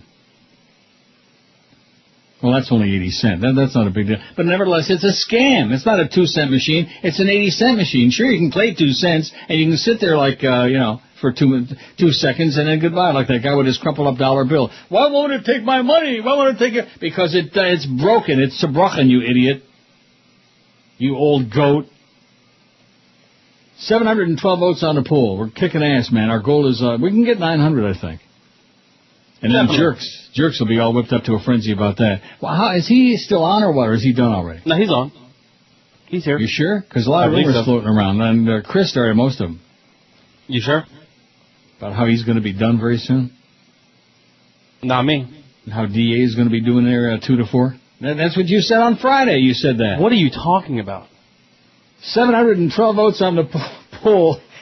What former Listen, I mean, the Heat, this first of all, the season's just about over, right? Yeah. Well, it is over for them. No, it's been over since opening day for them. They got like 9 games left, I think. 9 losses left. I think less than that. They're going to get like 3 more wins. Well, whatever it is, it's what difference does it make? Well, it's pointless, you know. And then what's going to happen the rest of the year? Is he going to still be talking about the stats from the last loss or from last night's disgraceful loss to the Celtics? Well, what's the point, you know? I don't get it. Or is he going to switch gears and talk about baseball, maybe? Opening day today. The Marlins. That David Sampson, man, can you say a-hole? We can't say it on the air anymore, but can you say ass? 712 votes. What former QM host would you like to see back on WQM? I'm sure that our management people are scouring over the results of this poll as they get ready to pick somebody else to do 2 to 4 who'll work really cheap. Hank Goldberg, the Humper, is kicking ass, baby. 294. They want the Humper back. They miss him bad. He was on TV. He was on the Florida Derby telecast on the weekend. I saw him. It was good to see him. Good to see he was still alive. They got 9 games left. The Heat? C. And then what? Then what does he do after those 9 games? I don't know. Ask him today. Hank 294, Pharrell 102. They want Pharrell back. Bah, bah, bah, bah, bah. Just give me the effing money. Bah, bah, bah, bah. Mo Howard David at 80. None of the above 77. Oh, I forgot to say. You know, I was thinking about that the other day. Where did that come from? Does anybody remember how that started? Your boy Boca. What do you mean? I know but it had to be based on something. Well, when George comes back, remind me to ask him, Chris. Okay. He'll make something up. Mo 80. None of the above 77. Defo 74. The Bookster 31. Geldy 19. The Squeakmeister. Denise Pot Band, beep beep beep beep boop boop boop, and Geldy every once in a while squeaks a little bit, and that's the Panther telecast. I got Geldy 19, Eddie K 12. Eddie was a late addition. We are deeply apologetic about that. That's his bad. Craig next 9, Eddie. Kenny and Bo only 9. They've been stuck at 9 for a long time. That's their whole audience. The people who missed the square table and gay or not gay. Lenny Martez 3, Joe Costello 2, and Mark Eisenberg, for reasons which are easily understandable to me, has got the big O. None. 0. His name. This is Neil Rogers. Sports Radio 560 QAM. The sports leader. Jerry Schrader had a problem. One day he came home to find his air conditioning unit not cooling. That's when he made the call. He called Ed Helms Air Conditioning. Sports. And that's a situation we have. Yeah, they miss that show, baby, that Kenny and Bull morning show. They miss it like a gigantic 400-pound tumor. I hear him on the coast sometimes. What? You heard what? I hear him on the coast. Kenny and Bo? No, just Kenny. Without You're Bo, listening to the coast? How does he do it over there on the coast? Is he puking out the hits? You know, he talks like twice an hour. That's more than enough. That's at least one time more than enough. So I got the background on the do-do-do. On the do-do-do? Yeah. And what might that be? Apparently, I guess it was one of the first bits, maybe even the first bit, that Boca ever did about him. Mm-hmm. He started off saying, do-do-do-do-do-do, and that's why the Dolphins are going to win the championship. It was basically like, Boca speak, instead of saying blah, blah, blah, he just kind of pulled out do-do-do. He pulled it out? Yeah, and it stuck, and then you enjoyed it so much that, you would just play that part of the beginning. Exactly. Yeah. And then it just kind of kept going and... Now, Boca told you this? Who told me? Boca? That would be, no, George. George told you that? George is listening? He said he was driving around, and he was in the middle... Get out of here. What are you doing, you He was in the middle of switching his... He was listening to the radio? He was in the middle of switching CDs, and he heard where, that's the part that he heard about. Where did Dororo come from? Likely story. He's sitting there glued to the radio. Well, he'd never Of hear all that, the people in the world who I figured he'd be the last one to listen to the radio when he's on vacation. When I was down there, the weekend I never listened, except for that few seconds I heard of 790, because John had been listening to the Panther game the night before on the way home when he left, the post game. Mm-hmm. See, there's another example, by the way, of what's going with the jockocracy. On the radio, you've got Randy Red Deer Moeller, who wants to be Rick Jeanneret Jr. because he used to play in Buffalo, and therefore he steals all of Jenneret's sayings except for the fact that Moeller's not a broadcaster. And Billy Lindsay, who is a good player and a nice guy, but, there are two more jocks doing the games on the radio. Top shelf where Grandma hides the cookies. Mike, I got news for you, okay, Randy? I know Rick Jeanneret. You ain't no Rick Jeanneret.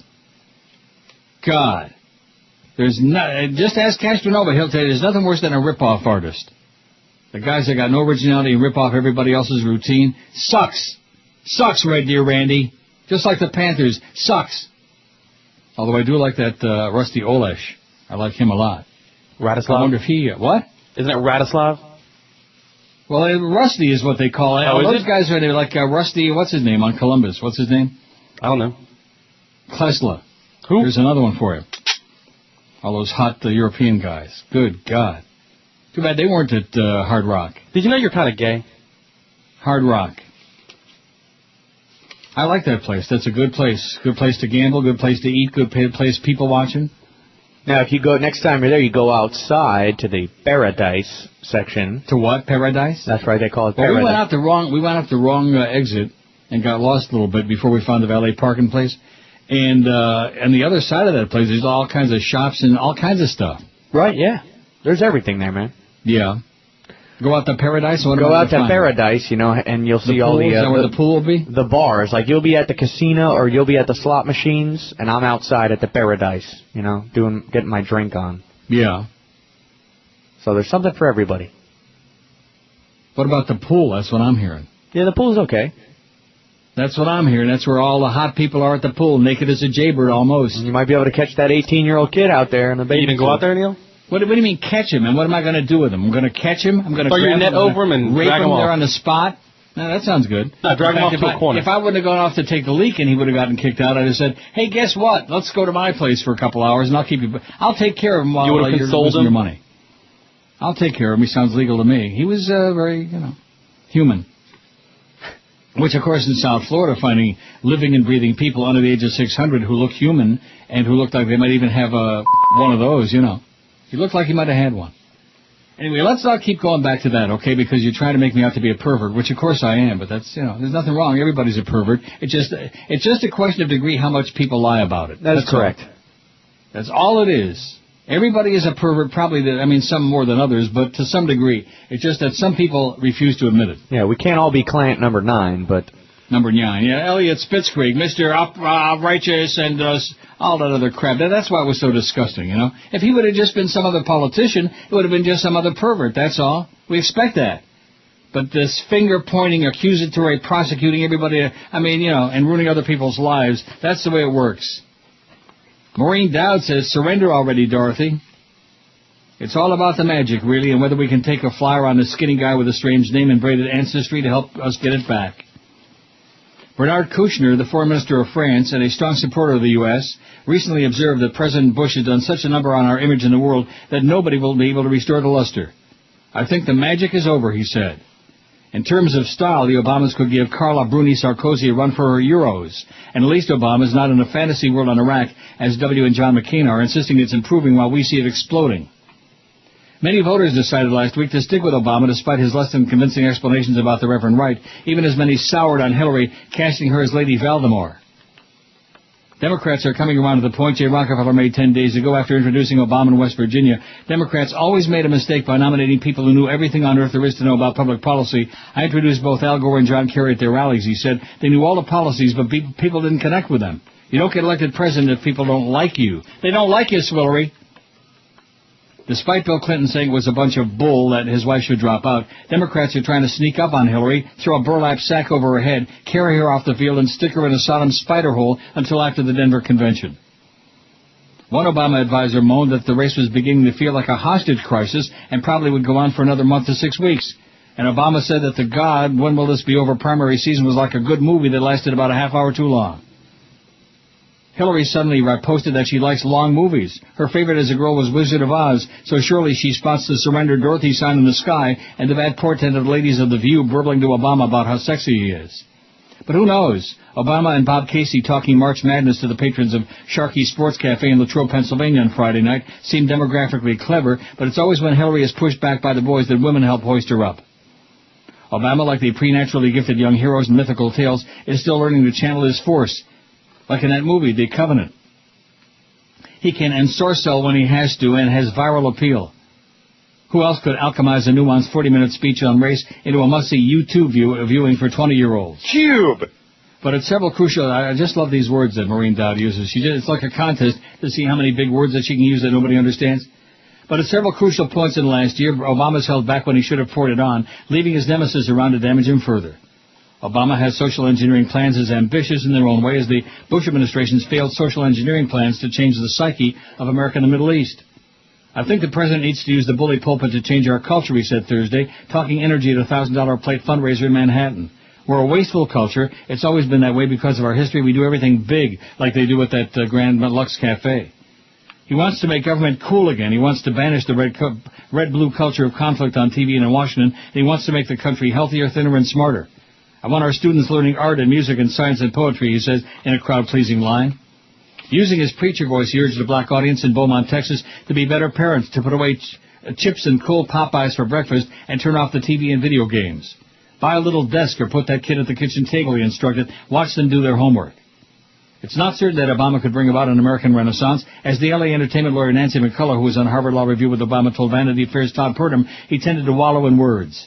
She said he was so intent on letting everyone have a say that I actually would have been happier for him to say sometimes, this is how we're doing this, and everybody else shut up.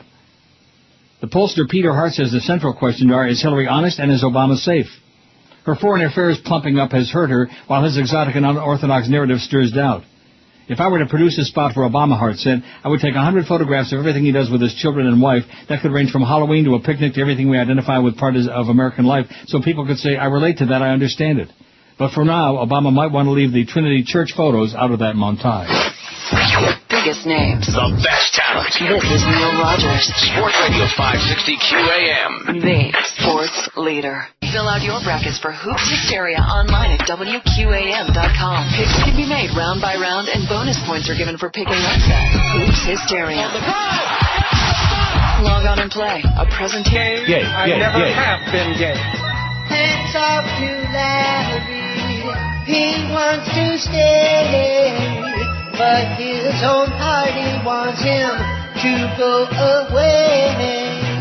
The religious right wants him to say, bye, bye, bye, bye. Larry Craig will spread his legs for you. Rectum. He wants a man to screw, and any guy will do. Well, he's got a very wide stance, you know. Like some of the guys that play baseball, you know, they go up to the plate, they got a wide stance. Mm-hmm. And Larry's got a wide stance. He's got one leg over here and something over there. Watching Marlins opening day today? No, I will not. Are you going to be going out to the ballpark? You're very big with the organization. No, I am not. At least you used to be when they were on this station. I used to be, yeah. When, according to Barry Jackass, we were losing $1 million a year on that crap. I engineered the games for 4 years, man. And? It was cool. And then you used to cover up for Dave Van Boring and talk about how great he was. Is he still doing the games now that they're across the street? Yeah, I think so. Wow. Wow. Apparently Jesse can't even get a credential, even though he worked on it with the broadcast for a couple of years. Jesse? Yeah, Jesse Agler. Yeah, he can't get a credential? Yeah, they won't give him a credential. Why not? I don't know, but they were talking about it this morning. Oh, that's because they hate Joe Bell. Is that what Joe Rose was talking about? The fact they treat all our people so bad because they hate Joe Bell like poison because he didn't want to lose $1 million again on them this year? Well, too bad, David Sampson, you jackass, you little gerbil. That's what he is. He's like a little walking and talking gerbil, David Sampson. You know what I mean? What do you mean? Oh, you don't want to say anything. Well, he don't want to say anything. Me? Yeah, that's I right. think David you. Sampson's an idiot. No, not you. I'm talking about Cortis. Oh. What do I care? We did it! Because you never know. Someday they might let you back in there again. They might give you like a ham To sandwich. do what? Or maybe a turkey sandwich for less than $26.50. We did it! Yeah, you did it all right. You're a jerk. And they're going to build in that ballpark? Oh, my God. Yeah. It's just crazy. This is a town that never learns their lesson. They built the Mac Arena there for the Panthers. They never make the playoffs. It's 7 years in a row now they haven't made the playoffs. They built that Mickey, they slipped the Mickey to the public in Dade County and built that stupid arena, which they need like a whole Lochen Cup, and he'd lose 8 million games. So let's build another stadium, baby, in Miami, where nobody wants to go. Jesus, God, talk about neurotic repetition. Just goes on and never ends. 752 votes on the poll. Oh, look at that. We got UM and FAU baseball tomorrow night. And DA's got to follow that. Poor Damon, man. Little did he know what he was in for. How's he doing? Is he all right? Yeah, as far as I know. Is he acclimated? Has he come to accept his fate that he's here? Haven't asked him. Well, he was out on the beach when they hired him, so, you know. But how would you like to follow UM and FAU baseball tomorrow night? That'd be pretty tough. That would be almost as exciting as following... Well, wait a minute. What? 6:50. Look at the schedule for Wednesday. Oh yeah, you just saw the 2-minute talk show host. 6:50 to 7 p.m. 10 minutes. First pitch with Jesse Agler, the Marlins pregame report. And then you have to remember there's probably going to be a break in there. So that's 4 or 5 minutes. And Friday, April 4th, the same thing, 6:50 till 7 p.m. So Mad Dog gets chopped off 2 hours and 50 minutes. He gets one segment chopped off. So we can put that crap on here. Boy, these people, what are they thinking about? The Marlin pregame report, we don't have the games. We don't want the games. We don't want to lose $1 million a year in that dreck. And we've got the Marlin, well, something to sell. Like you said, there'll be some spots in there, you know. Like they couldn't sell spots on Mandich, for Christ's sakes. Maybe he has somewhere to go, so he wants to get out of First early. pitch with Jesse Agler. Well, if Jesse don't have no credentials, how's he going to get in there? Is he just going to do it from the studio? I'll probably do it from here, I guess. Maybe you could sit him outside on the corner over there by Chuck's, by the sub center. It's a little bit closer to the stadium. True. Like about a block. Will you hear the sirens again? No. You can't hear that? Oh, whoop, it just stops abruptly. I don't know what that is. And it started up again. A lot of sirens, man. Lots of ambulances, a lot of dead people, lots of heart attacks. Probably they heard me talking about that show. A 10-minute show. A 10-minute show, baby. And as far as I'm concerned, as far as David Sampson and Jeffrey Lurie and that whole bunch of Michigoyim there with the Marlins, 10 minutes too many. 10 minutes more than they deserve. And they hate Joe Bell like poison is what Joe was saying. Did you hear that? Mm-hmm. Joe, who, of course, is a walking, talking live spot. In my life, I thought they used to do live spots on the light bulb back in the day when Mr. Ego was there and Norma Kant and Craig and all those guys. I thought they did a lot of live spots. Joe Rose has got more live spots than they're like names in the phone book. Am I right? Yep. And most of them like singing live spots. Hey, Gordon Doyle, you know, like that, kind of like... he is very animated. Animated, and then lately, like, almost illiterate. You know, it must be because of that Dolphin season put him over the edge. And when he was talking Friday about, oh, come on out and see the scrimmage, you know, that UM crap. When he said that, it kind of like set me off. It's a good thing I was going away for the weekend. I got my mind off of that. You mean you didn't go to the scrimmage when you were out there? I keep thinking about the kind of people who go to watch that crap. It's not even a real game. It's like I said, like people that go to watch practice. What kind of people go to watch athletes practice? Gay. You know, it's like guys that want to hang out in the locker room. Gay. Oh, yeah, I saw, so-and-so take a shower. Gay. I saw Rusty Olash take a shower. Gay. I would go for that. Rusty Olash. Whatever the hell his name is. I don't know. Rostislav. I don't know what it is. Olash. Number 85. I know it. He's a number, baby. I know a good number when I see one. biggest names. Let's do the show from the locker room. Neil Rogers. Sports Radio 560 QAM. One in Buffalo. Sports leader. Fill out your brackets for Hoops Hysteria online at WQAM.com. Picks can be made round by round, and bonus points are given for picking upsets. Hoops Hysteria. Log on and play. A presentation of Sports Radio 560 QAM. It's not done till it's toasted. The new KFC Toasted Wrap. Oh, no. Everybody gonna get paid. Make the recession go away. That's why you're all gonna get a rebate. So here you go, go, go. 1246, 1401 at 560 WQM, the last day of March. Opening day for the Marlins. We love the Marlins. They really suck. Oh, boy, sports in South Florida. And we've got 65 sports stations. Like Ray Perry said, if we only had 400 sports stations, it would bring a lot more people to Sports Talk Radio. That's what I hear. Not a whole bunch, maybe... What? So that's what I hear. 9. Yeah, maybe that many. We just had a whole bunch. Now we got a whole bunch more, and I bet you they're all going to get a point. WFTL 640. WFTL 850. WFTL 1400. Yeah, lots of O's. You add them all together, and you still got it. You know, it's like on the slots. You know, 5 times blank blank, 5 times nothing. Don't you hate that? Oh, you don't play them anyway. You don't play them. I play slots sometimes. Do you? Where do you play? Vegas and at the Hard Rock. You've been to the Hard Rock, then? Yeah, I've been to the Hard a couple times, yeah. You've been hard a couple of times? We don't want to hear about that? No, I've been to the Hard Rock. Oh, my God, what a grotesque thought that is. Enough to make me want to vomit. You've been to the Hard Rock a couple of times, and how'd you do? First time there, I walked out with a couple $100 in theirs. Really? Yeah, like I went there and I was going to spend like $50 and got down to like the last 10, and all of a sudden, bam, hit, a couple things, like couple not sevens, but like, just under that. Mm-hmm. So, I was like, oh, hey, I'm cashing out. And then walked around, got some drinks and left. And then the next 2 times, just kind of broke even and maybe like, $30 under or whatever. That's like winning $1 million. Hey, for my paycheck, yeah. You bet. God, having a great time and not losing your ass, that sounds like a deal to me. I'll take it. One thing I will say, both at Pompano, I guess you wouldn't expect it as much, but even like in Hard Rock, I didn't see any Julios that I noticed. That's Broward County. So? Are you trying to tell me that there aren't 80 zillion Julios in Broward County? Are you nuts or what? I mean, there are, but... there are what? There are some, but they're mostly Dade County. Everybody was like speaking English. Although there were a few people like, I don't know what they were speaking. You're just too used to that Sawgrass Mall, man. Let me say it again. There were people speaking English at the Sawgrass. There were people in that, what's that, Grand Lux Cafe? I have a hard time thinking of the name of that place. That's a bad name. I don't know why it is. I have a block on it. A mental block. And at Sawgrass, man, you'd think that they were giving away $100 bills in that place. There's always 80 trillion cars in that parking lot. And I ask myself, what are these people doing here? Where are they going? What are they doing? Are there like orgies in behind some of those doors going on? Well, what is it that's happening in there? I wish I had the answer for you. Because you don't go there. No, I don't. And I bet you, what's his name? Chris don't go there either. No. And I bet when we have Zach on with us tomorrow, he'll tell us the same thing. He doesn't go there either. Where does he live? I'm not even sure, actually.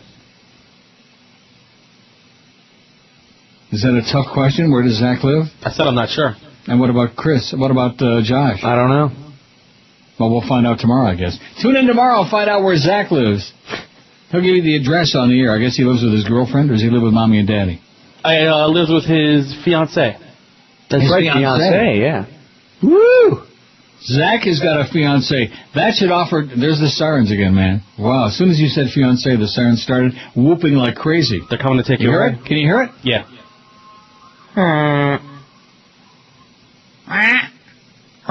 What floor are you on? What difference does it make what floor I'm on? I'm just wondering how like high up in the building you are that you're hearing them. What floor am I on? No, that's not it. False alarm. See, you made me screw that thing up. I was trying to tell you what floor I was on, if I could find it. 9. That was it. And what about it? I was wondering, what floor you were on if you're like higher up in the place that you're hearing sirens downstairs. I can see them right outside my window. I'm sitting here. I can look outside. Every time there's an ambulance, a fire truck, I see them outside. Oh, take a picture. They're all over the place. Why do I want to take a picture? Why, you haven't seen a fire truck before, an ambulance, a paramedic? Not a Canadian one. Oh, that's right, I forgot. How's it going, eh? Not a Canadian one. 767 on Chris's poll. Let's see, who doesn't have any votes? Mark Eisenberg's got the big... Oh, come on, somebody vote for poor Mark, although he did not belong on the air. He was from the Dirty Boys, for people who don't remember. Let me say it again. He didn't belong on the air. There are people like Stu Gatz. There's another one. That's why it's so. It's I don't know whether it's pathetic or it's amusing or both. That he's part of that. Their claim to fame across the street. Oh, it's the Dan LeBastard show with Stu Gatz. He doesn't belong on the air. I told him that when he worked for us. It's not because he's over there. He don't belong on the air. Not even to say hello and goodbye. You know what I mean? I definitely do. Everybody in this market, man, is a broadcaster. I'm a broadcaster, and he's not even the next jock. Like Red Deer Randy Moeller with his peanut butter in the top shelf. Oh, Randy. Rick Jenneret Jr. Let's get some hockey play-by-play on there. What do you say? I'll find some. How's it going? All right. What's going on with you? Hey, I got a question about, say the Penguins win tonight and... It's not even a hockey game. It's a hockey talk show on the NHL Network. And you can't get much better than that. How about some horse racing at the very least? I bet you we can find some of that. He's 6-1. 6-1. It's the Meadows and Roger Houston. He's a crazy person. 6-1. And it was somebody other than Dave Pallone. I didn't catch the colors there, see who that was. It was somebody other than Dave Pallone just won at the Meadows. See, that's Clarence's idea. If we could fill that breach, you know, because like I was saying on Friday, we have nobody that knows anything about hockey on the station anymore now that Geldy is squeaking somewhere else. And we got no horse racing now that Eddie Kay and Hank are gone. We're pretty much limited to the Heat and the Finns and what else? That's it. What are you talking about? We got you for horse racing. John Cusack was on HBO's Real Time with Bill Maher and spoke about his upcoming film War Incorporated, which according to Cusack focuses on the military-industrial complex. The film, says Cusack, differs from other films inspired by the wars in Iraq and Afghanistan because it has a much more absurdist take on war. Cusack added, some things are so vicious, if you didn't look at them through a different lens, you couldn't get out of bed. And certainly the war profiteering, immorality, and illegality of this disastrous free-market utopian enterprise out there is certainly well documented. While explaining that the film shares similar themes as those found in Naomi Klein's book, The Shock Doctrine, Cusack said the very core things that make up our government, like wars or interrogation or border patrol, jailing, any of those types of things that you would think would be sacred things that would happen with the state are now being turned into for-profit enterprises. And if you want all these things to be, if you want corporate ethics to be in our national interest, then you have the situation we're in now. But right now, when you think that we've outsourced everything to interrogation, which means torture is a cost-plus enterprise, I think you can see a complete spiritual bankruptcy to this whole neocon movement. It's a nightmare beyond anything you can really imagine. Maher asked if these issues were just a result of a neocon movement and Bush administration or evidence of a rot in America that itself is a lot deeper. Cusack responded, yeah, I do think the issue goes deeper, a lot deeper. It's deep. It's getting really deep. Adding later, some of these truths are so horrible, you just don't want to think about that, but it's just, I mean, the gig's up. If guys who are statesmen on CNN are also sitting on the board and are shareholders and some of the most profitable defense contractors in the world, and they publicly make their case to go to war, and then they go to war, create a new market with the war, come back and speak evangelically about free markets that aren't free, these aren't especially subtle fact, and the stock prices jump 145%, and their companies are awarded $2.3 billion contracts.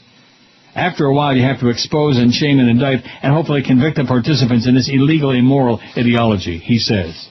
Which, of course, he is... I have no lie. No, not that. Absolutely correct, sir. I had my finger in the wrong place, you know what I mean? Rectum. Yeah. So what did George say about the 360s? Ever going to bring it back? Oh, he didn't say anything about that.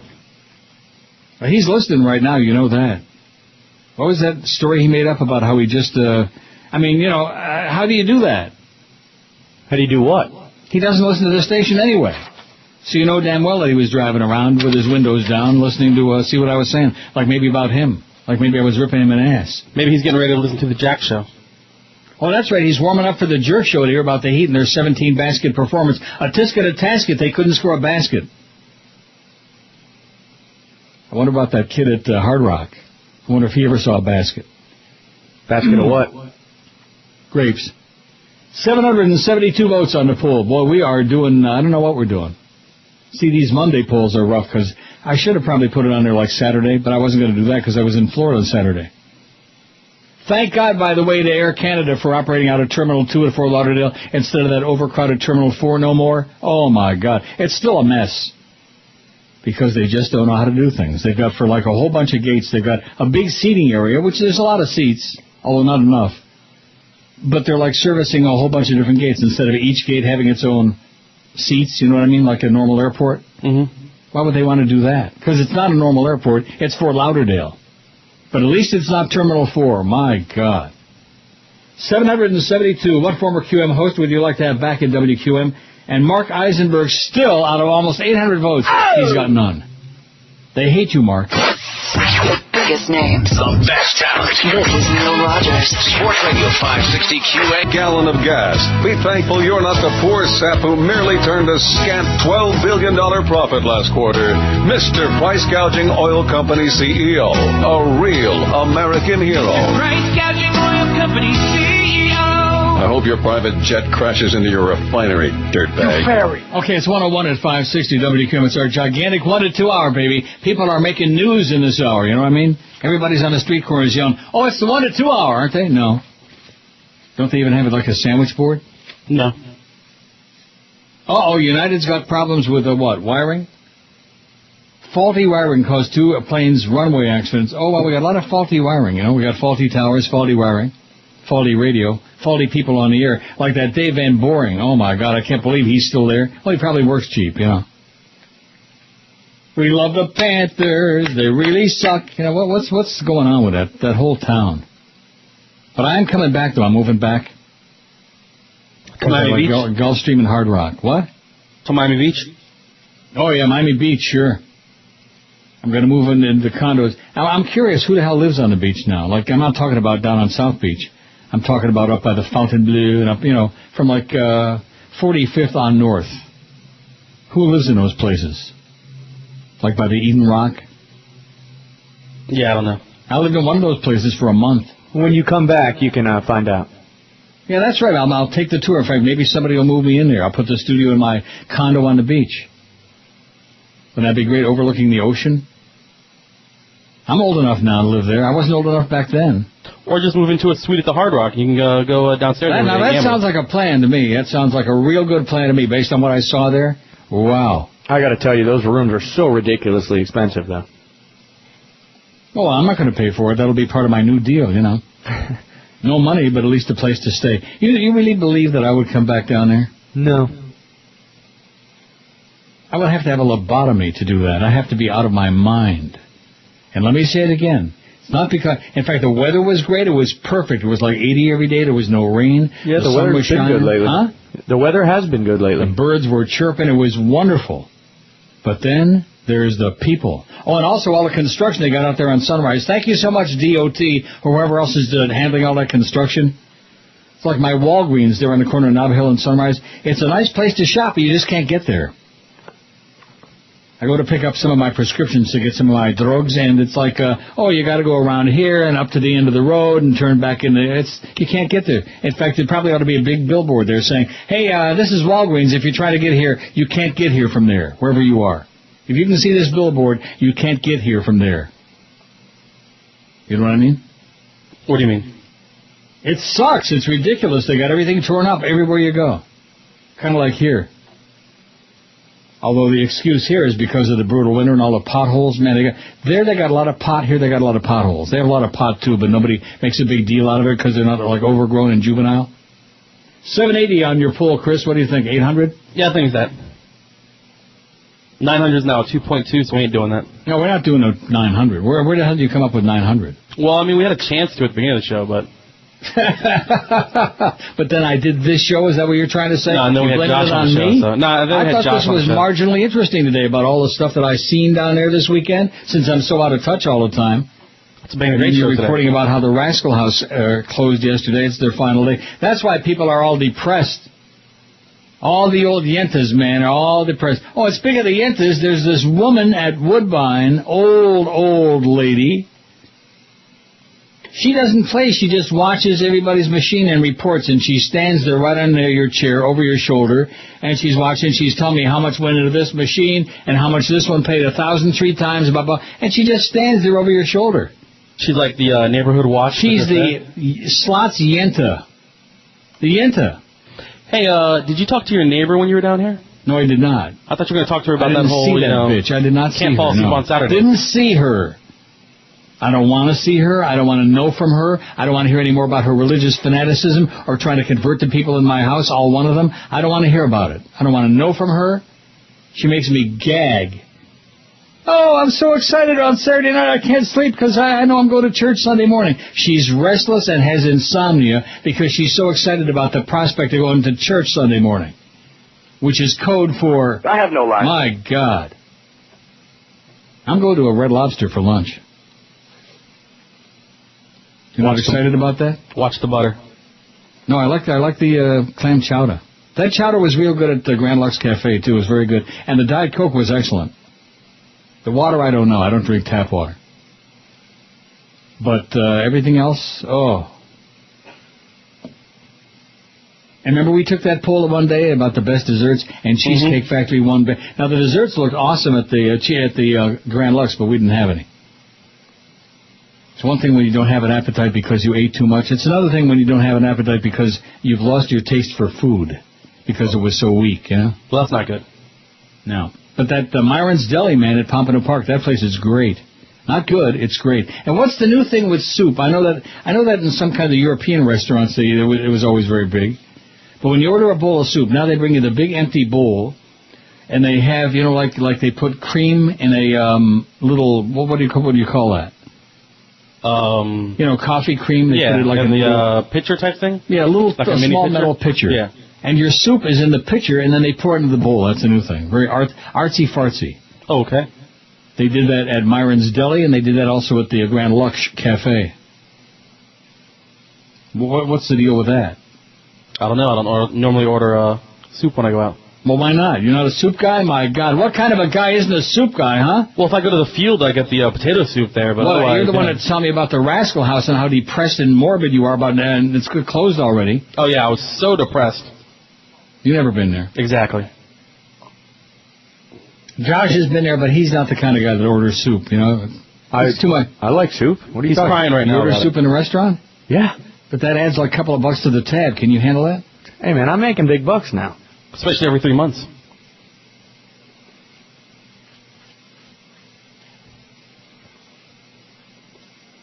$787 votes on the poll. I think we can go for 850.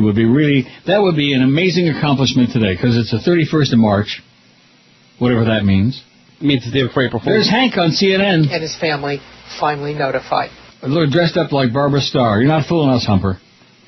Now, she's not big enough to be the Humper. Boy, he was just gigantic at the Florida Derby. I wonder who he picked. Did he pick that, what was the name of the horse that won? Big Brown? 2 left feet, I don't know. Brown something. Fudge Brown? I wonder if Fudge Brown is still with the Dolphins. They got Harvey Green, but do they have Fudge Brown? I think she got fired when Sabinator came in.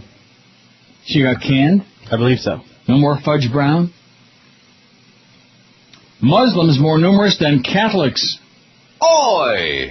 Well, it's not surprising to me, man, because in this building, there are enough future terrorists of the universe in this building to wipe the whole universe out. What is it with you Muslim people, man? You reproduce like rabbits.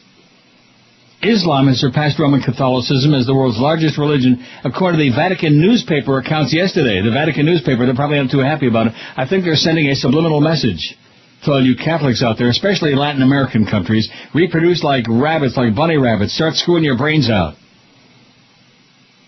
For the first time in history, we are no longer at the top, said the Vatican. Muslims have overtaken us. Monsignor Vittorio Formenti said in an interview with the Catholic newspaper, L'Osservatorio Romano. Formenti compiles the Vatican yearbook. I didn't know the Vatican had a yearbook. Well, it must be a big yearbook if they got the pictures of all the Catholics in there. Wouldn't it have to be? Heavy book. So. He said that Catholics accounted for 17.4% of the world population, a stable percentage, while Muslims now were 19.2%. Wow.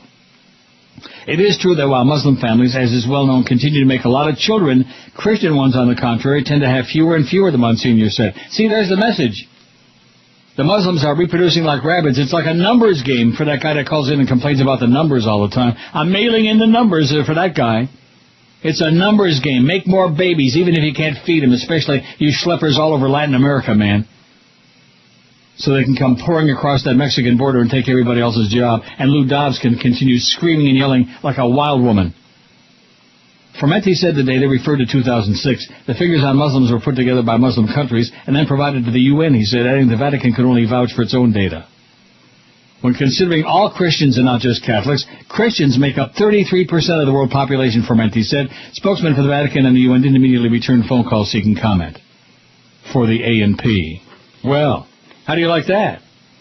Can you imagine how many future terrorists there are out there? I know that's an ugly stereotype to suggest that Muslims are future terrorists, but there's bound to be a few of them in there.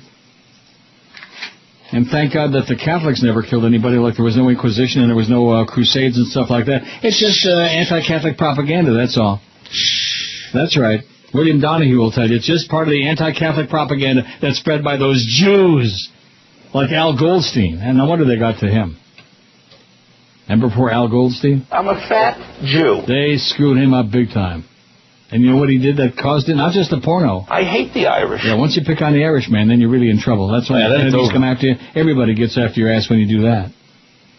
791 votes. We're on the cusp of 800, which to get to 850, first you got to get to 800. 794. You see that? You're grabbing votes by the bunches there, man. We're getting there. And Mark Eisenberg still has got none. Zero. Not one, not two, not just a few. None. Zero. 560 QAM. The sports leader. Fill out your brackets for Hoops Hysteria online at WQAM.com. Picks can be made round by round, and bonus points are given for picking upset. Hoops Hysteria. Log on and play. A presentation of Sports Radio 560. That's all we're looking for, baby. A lot more action. 119 at 560 WQAM. Yeah, we miss him badly, don't we? Sure.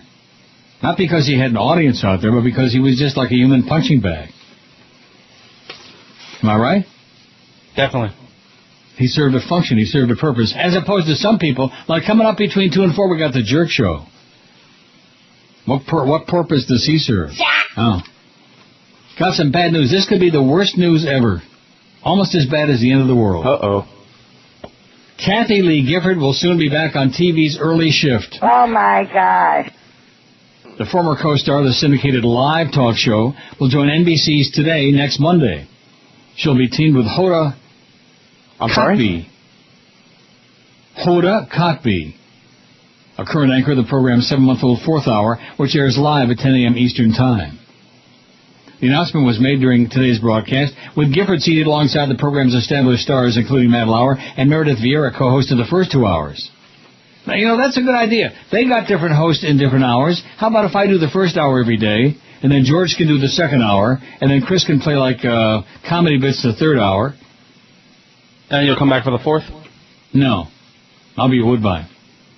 Gifford, 54, who left Regis Philbin in Live in 2000, joked that the timing of her TV return couldn't be worse in certain ways. I'm 8 years older, 10 pounds heavier, a half-inch shorter, and just in time for HD TV, she said, maintaining the same sense of humor that she never had. Bitch. Long married to former NFL star and talentless sports announcer Frank Gifford, she joked, it's going to be good working. I'm really tired of staying home and watching Frank's old highlight films. Ann Curry will continue her... Oh, I'm getting choked up about this. Do you watch that? Ever watch that, the Today Show? Never. I sure don't.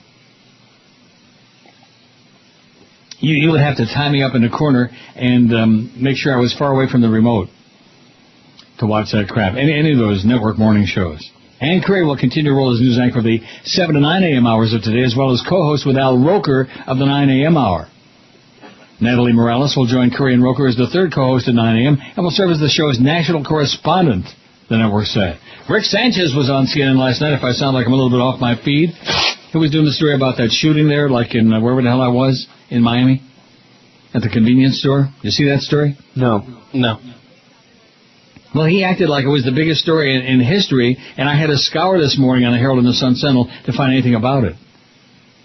About that black guy that went in the convenience store and he grabbed a hold of the store manager and he brought him out and stuck a gun to his ass and all that stuff. And they put him in the car and the cops were all there, which this guy didn't realize it. And then he put the guy in the car. The guy started fighting back. He didn't have any gun, but he started punching this big dude. Hang on a second. What is that? What is what? Hang on a minute. Uh-oh. Oh, he's gone off, Mike. We're in trouble. We got problems. Yep. One of those sirens or one of those ambulances may be heading to They're his coming to building. take him away. Jesus. If they take him away, I hope he brings, like, the wireless mic with him or something. I hope he didn't have another accident again. No, he would have ran faster. Yeah? Well, that's what he did. He ran away. Yeah, but, like, you could kind of tell he wasn't, like, in a full sprint. Really? Yeah. I don't know. At least it didn't seem like he was. I don't hear anything either.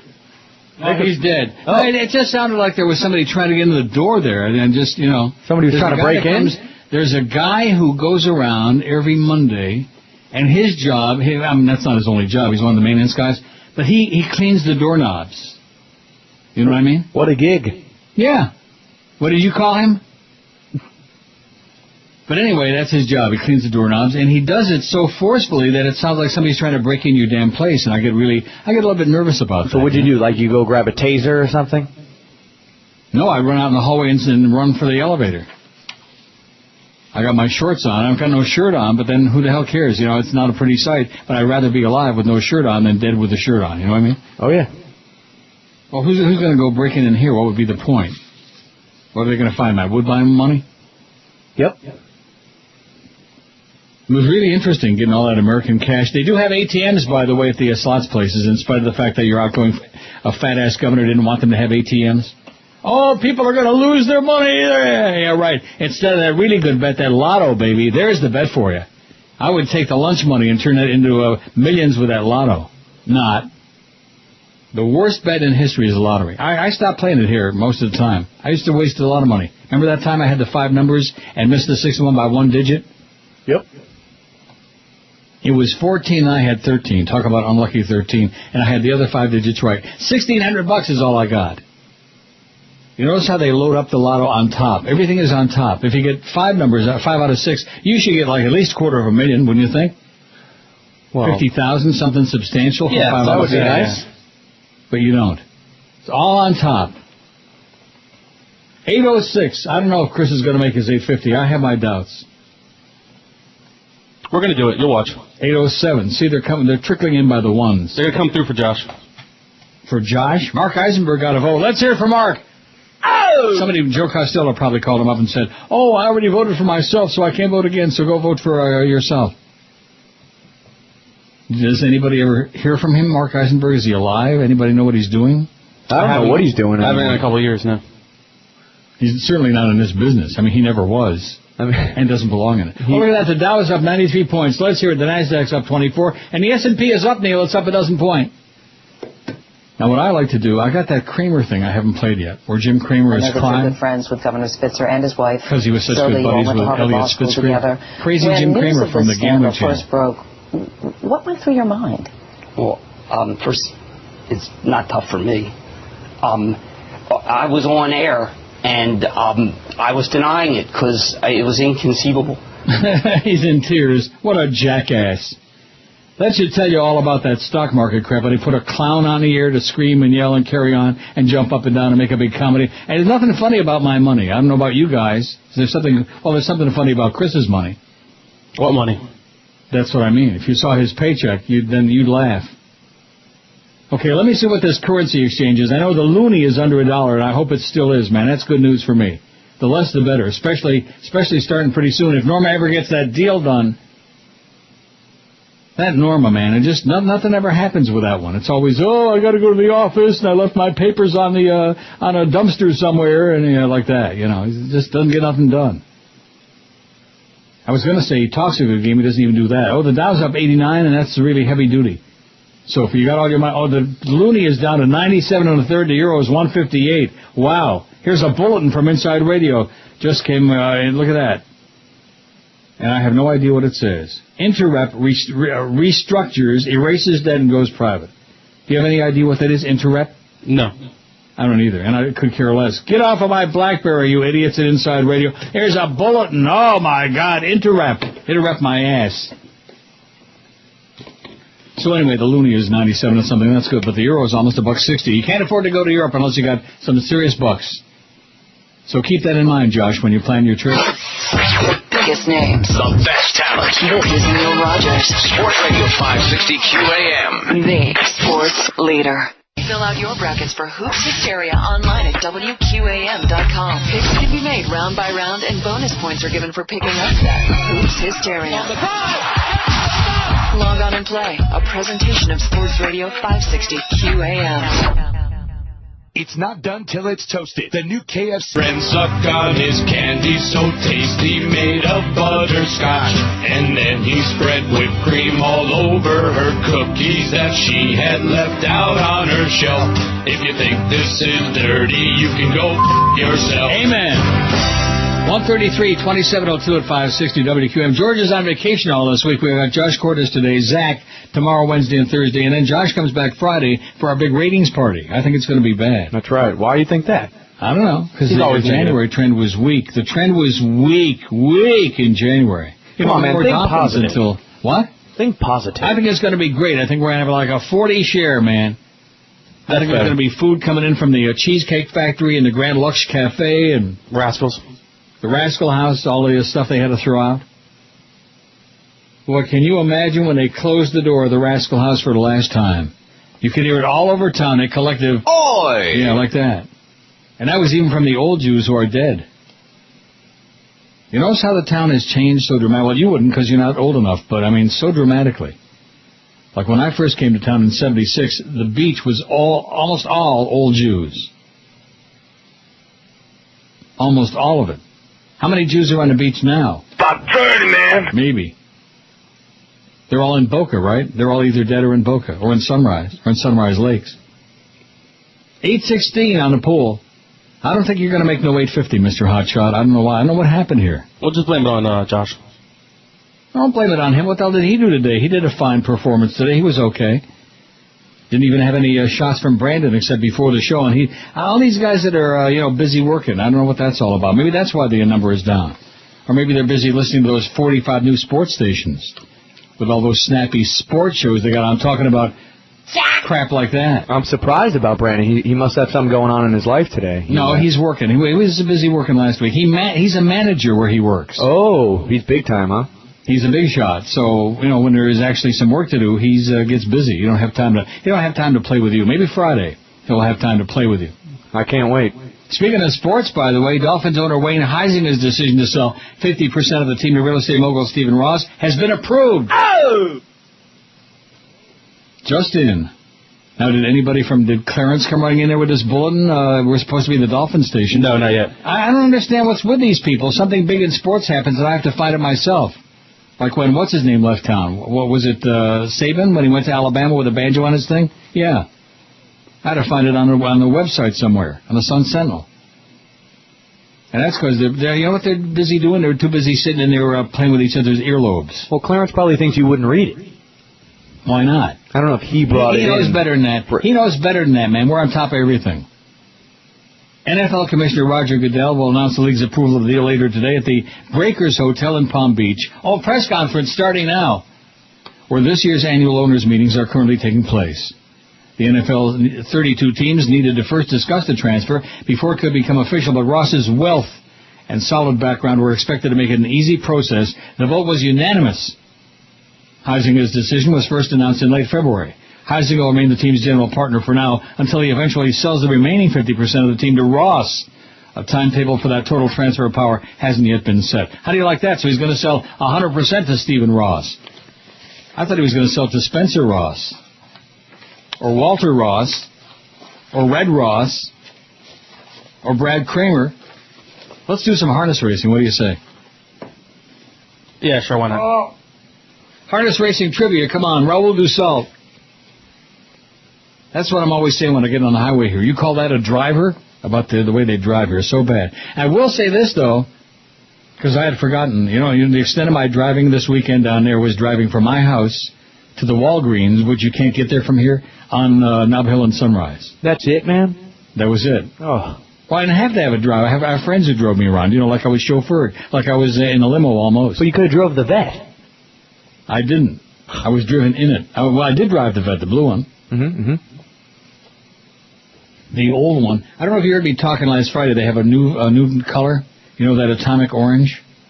I like it a lot. It's been around for a few years, but only this year, I think, is the first year that the vets were available in it. And I looked at it online. I thought, oh, my God, that's an unbelievable automobile. You should get another one.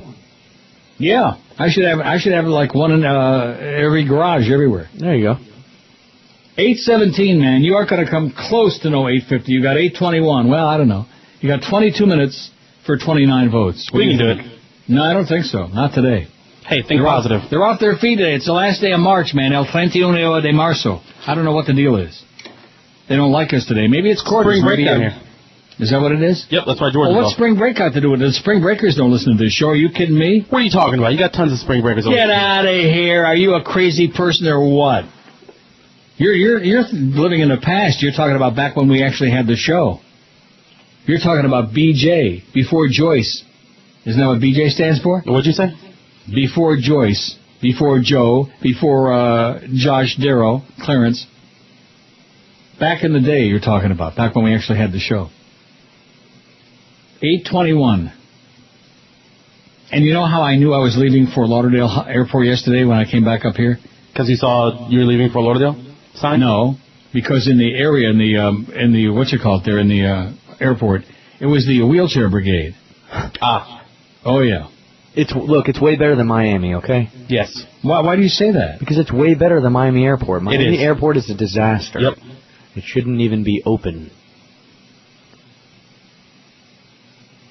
Based on what? Based on they're still doing I tell you what, everywhere. Based on this, like you can show up, wait, get in line, get checked in, and fly out before you even park at Miami Airport from Fort Lauderdale. Well, who parks? What if you get dropped off? Okay, fine. I'm just telling you, it's a nightmare. I don't go there anymore. And you want to know why? Because the last couple of times I went there, if you're coming up here, if you're going to any other country, they put you through an exhaustive thing. They practically poke their nose in your... Rectum. I mean, yeah, they got a long tube. They stick it inside of you, man. See if you're hiding any, like, bombs and dangerous crap and stuff. Goodbye, Miami International, baby. Bye-bye. This is Neil Rogers. Sports Radio 560 QAM. The sports leader. Jerry Schrader had a problem. One day he came home to find his air conditioning unit not cooling. That's when he made the call. He called Ed Helms Air Conditioning and Electric at 800. The kind you love to buy. It's true, they make $1 a day with Kathy Lee. All right. Kind of like Chris could relate to that. 146-1402 at 560 WQM. Yeah, maybe you're working for Kathy Lee and you just don't realize. Yeah, maybe. I'll have to look at my check a little better next time. So, speaking of Brandon, he says, I've been buried in file, 550-page file, but I'm in shock that Josh, for the most part, has behaved himself today. That's why I've been so quiet, but I got my ear on him. Oh. He says, he's got his ear on you. I don't want to tell you what part he's got his ear on, but rectum. Yeah, scared for my life. If you're squirming around a little bit in the chair, it's because Brandon's got his rectum or your ear on his ass. Boy. I beg your pardon? Huh? Yeah. Okay, let's take a look now at that poll and see if we're going to make the 850. I don't think so. I think you're screwed. We need 17 in about 12, 13 minutes. 8:30. We got what? 8:33? 8:33. Oh, that ain't no problem. 17 and 13 minutes. Yeah, you get that done. Well, ordinarily that would be the case, but I think there's something going on today. I don't know what it is. In fact, I think the last few... We'll find out Friday morning when that trend comes in, if we're still alive. You know what I mean? You know what I mean by that? What do you mean? Are we still alive? It's going to be great, man. Well, what's going to be great? The trend? That's right. Well, we're counting on you, and if it's not, we're going to blame your ass. I tell you what, if it's not great, then I'll leave. I'll go home. Russell Oliver. I buy your used jewelry. If you have gold rings, gold earrings, I'll give you cash. Oh, my God. He's a hoot. He's funny. Very few guys that do their own spots are really entertaining or funny. Like, who was the guy? Well, Joey Carr used to. Well, that wasn't his own spot, but those old Joey Carr spots. Dining and dancing. Oh, my God. I wonder if he's dead or not, Joey Carr. That's certainly way before you guys' time. Yeah, I think so, because I never heard of him. He used to do these awful... He had his own ad agency, and his brother's name was Steve Schwartz, or something like that. And his name was Joey Carr, but that was his brother. So you're wondering, well, who changed their name? You know what I mean? New President Raul Castro's government has lifted a ban on Cubans staying at hotels previously reserved for foreigners. If there's one thing I can't stand, it's people in this business who change their name. You know what I mean? Oh, God! Yeah, like that. The move ends another restriction that was especially irksome to ordinary citizens. Employees at the Ambos Mundos, Nacional, Valencia, and Maria Isabel hotels in Havana, Isabel de Casada, I'm sure, is who they named that after, say that Ministry of Tourism officials told them Cubans would be allowed to stay in hotels beginning at midnight tonight. All right. Like other guests, they'll be charged in hard currency worth... oh, my God. I'm gagging on it.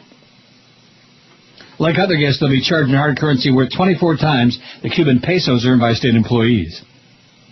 On Friday, Cuba allowed its citizens to have mobile phones, which only foreigners and key government officials were previously allowed to have. They're loosening it up in Cuba, baby. I'm going back. You okay over there?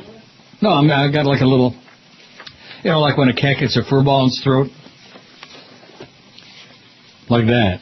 Should be at. No. Actually, I inhaled, and it was like something in the air. Like Thunderclap Newman would say. There was something in the air, like an invisible particle, and like that.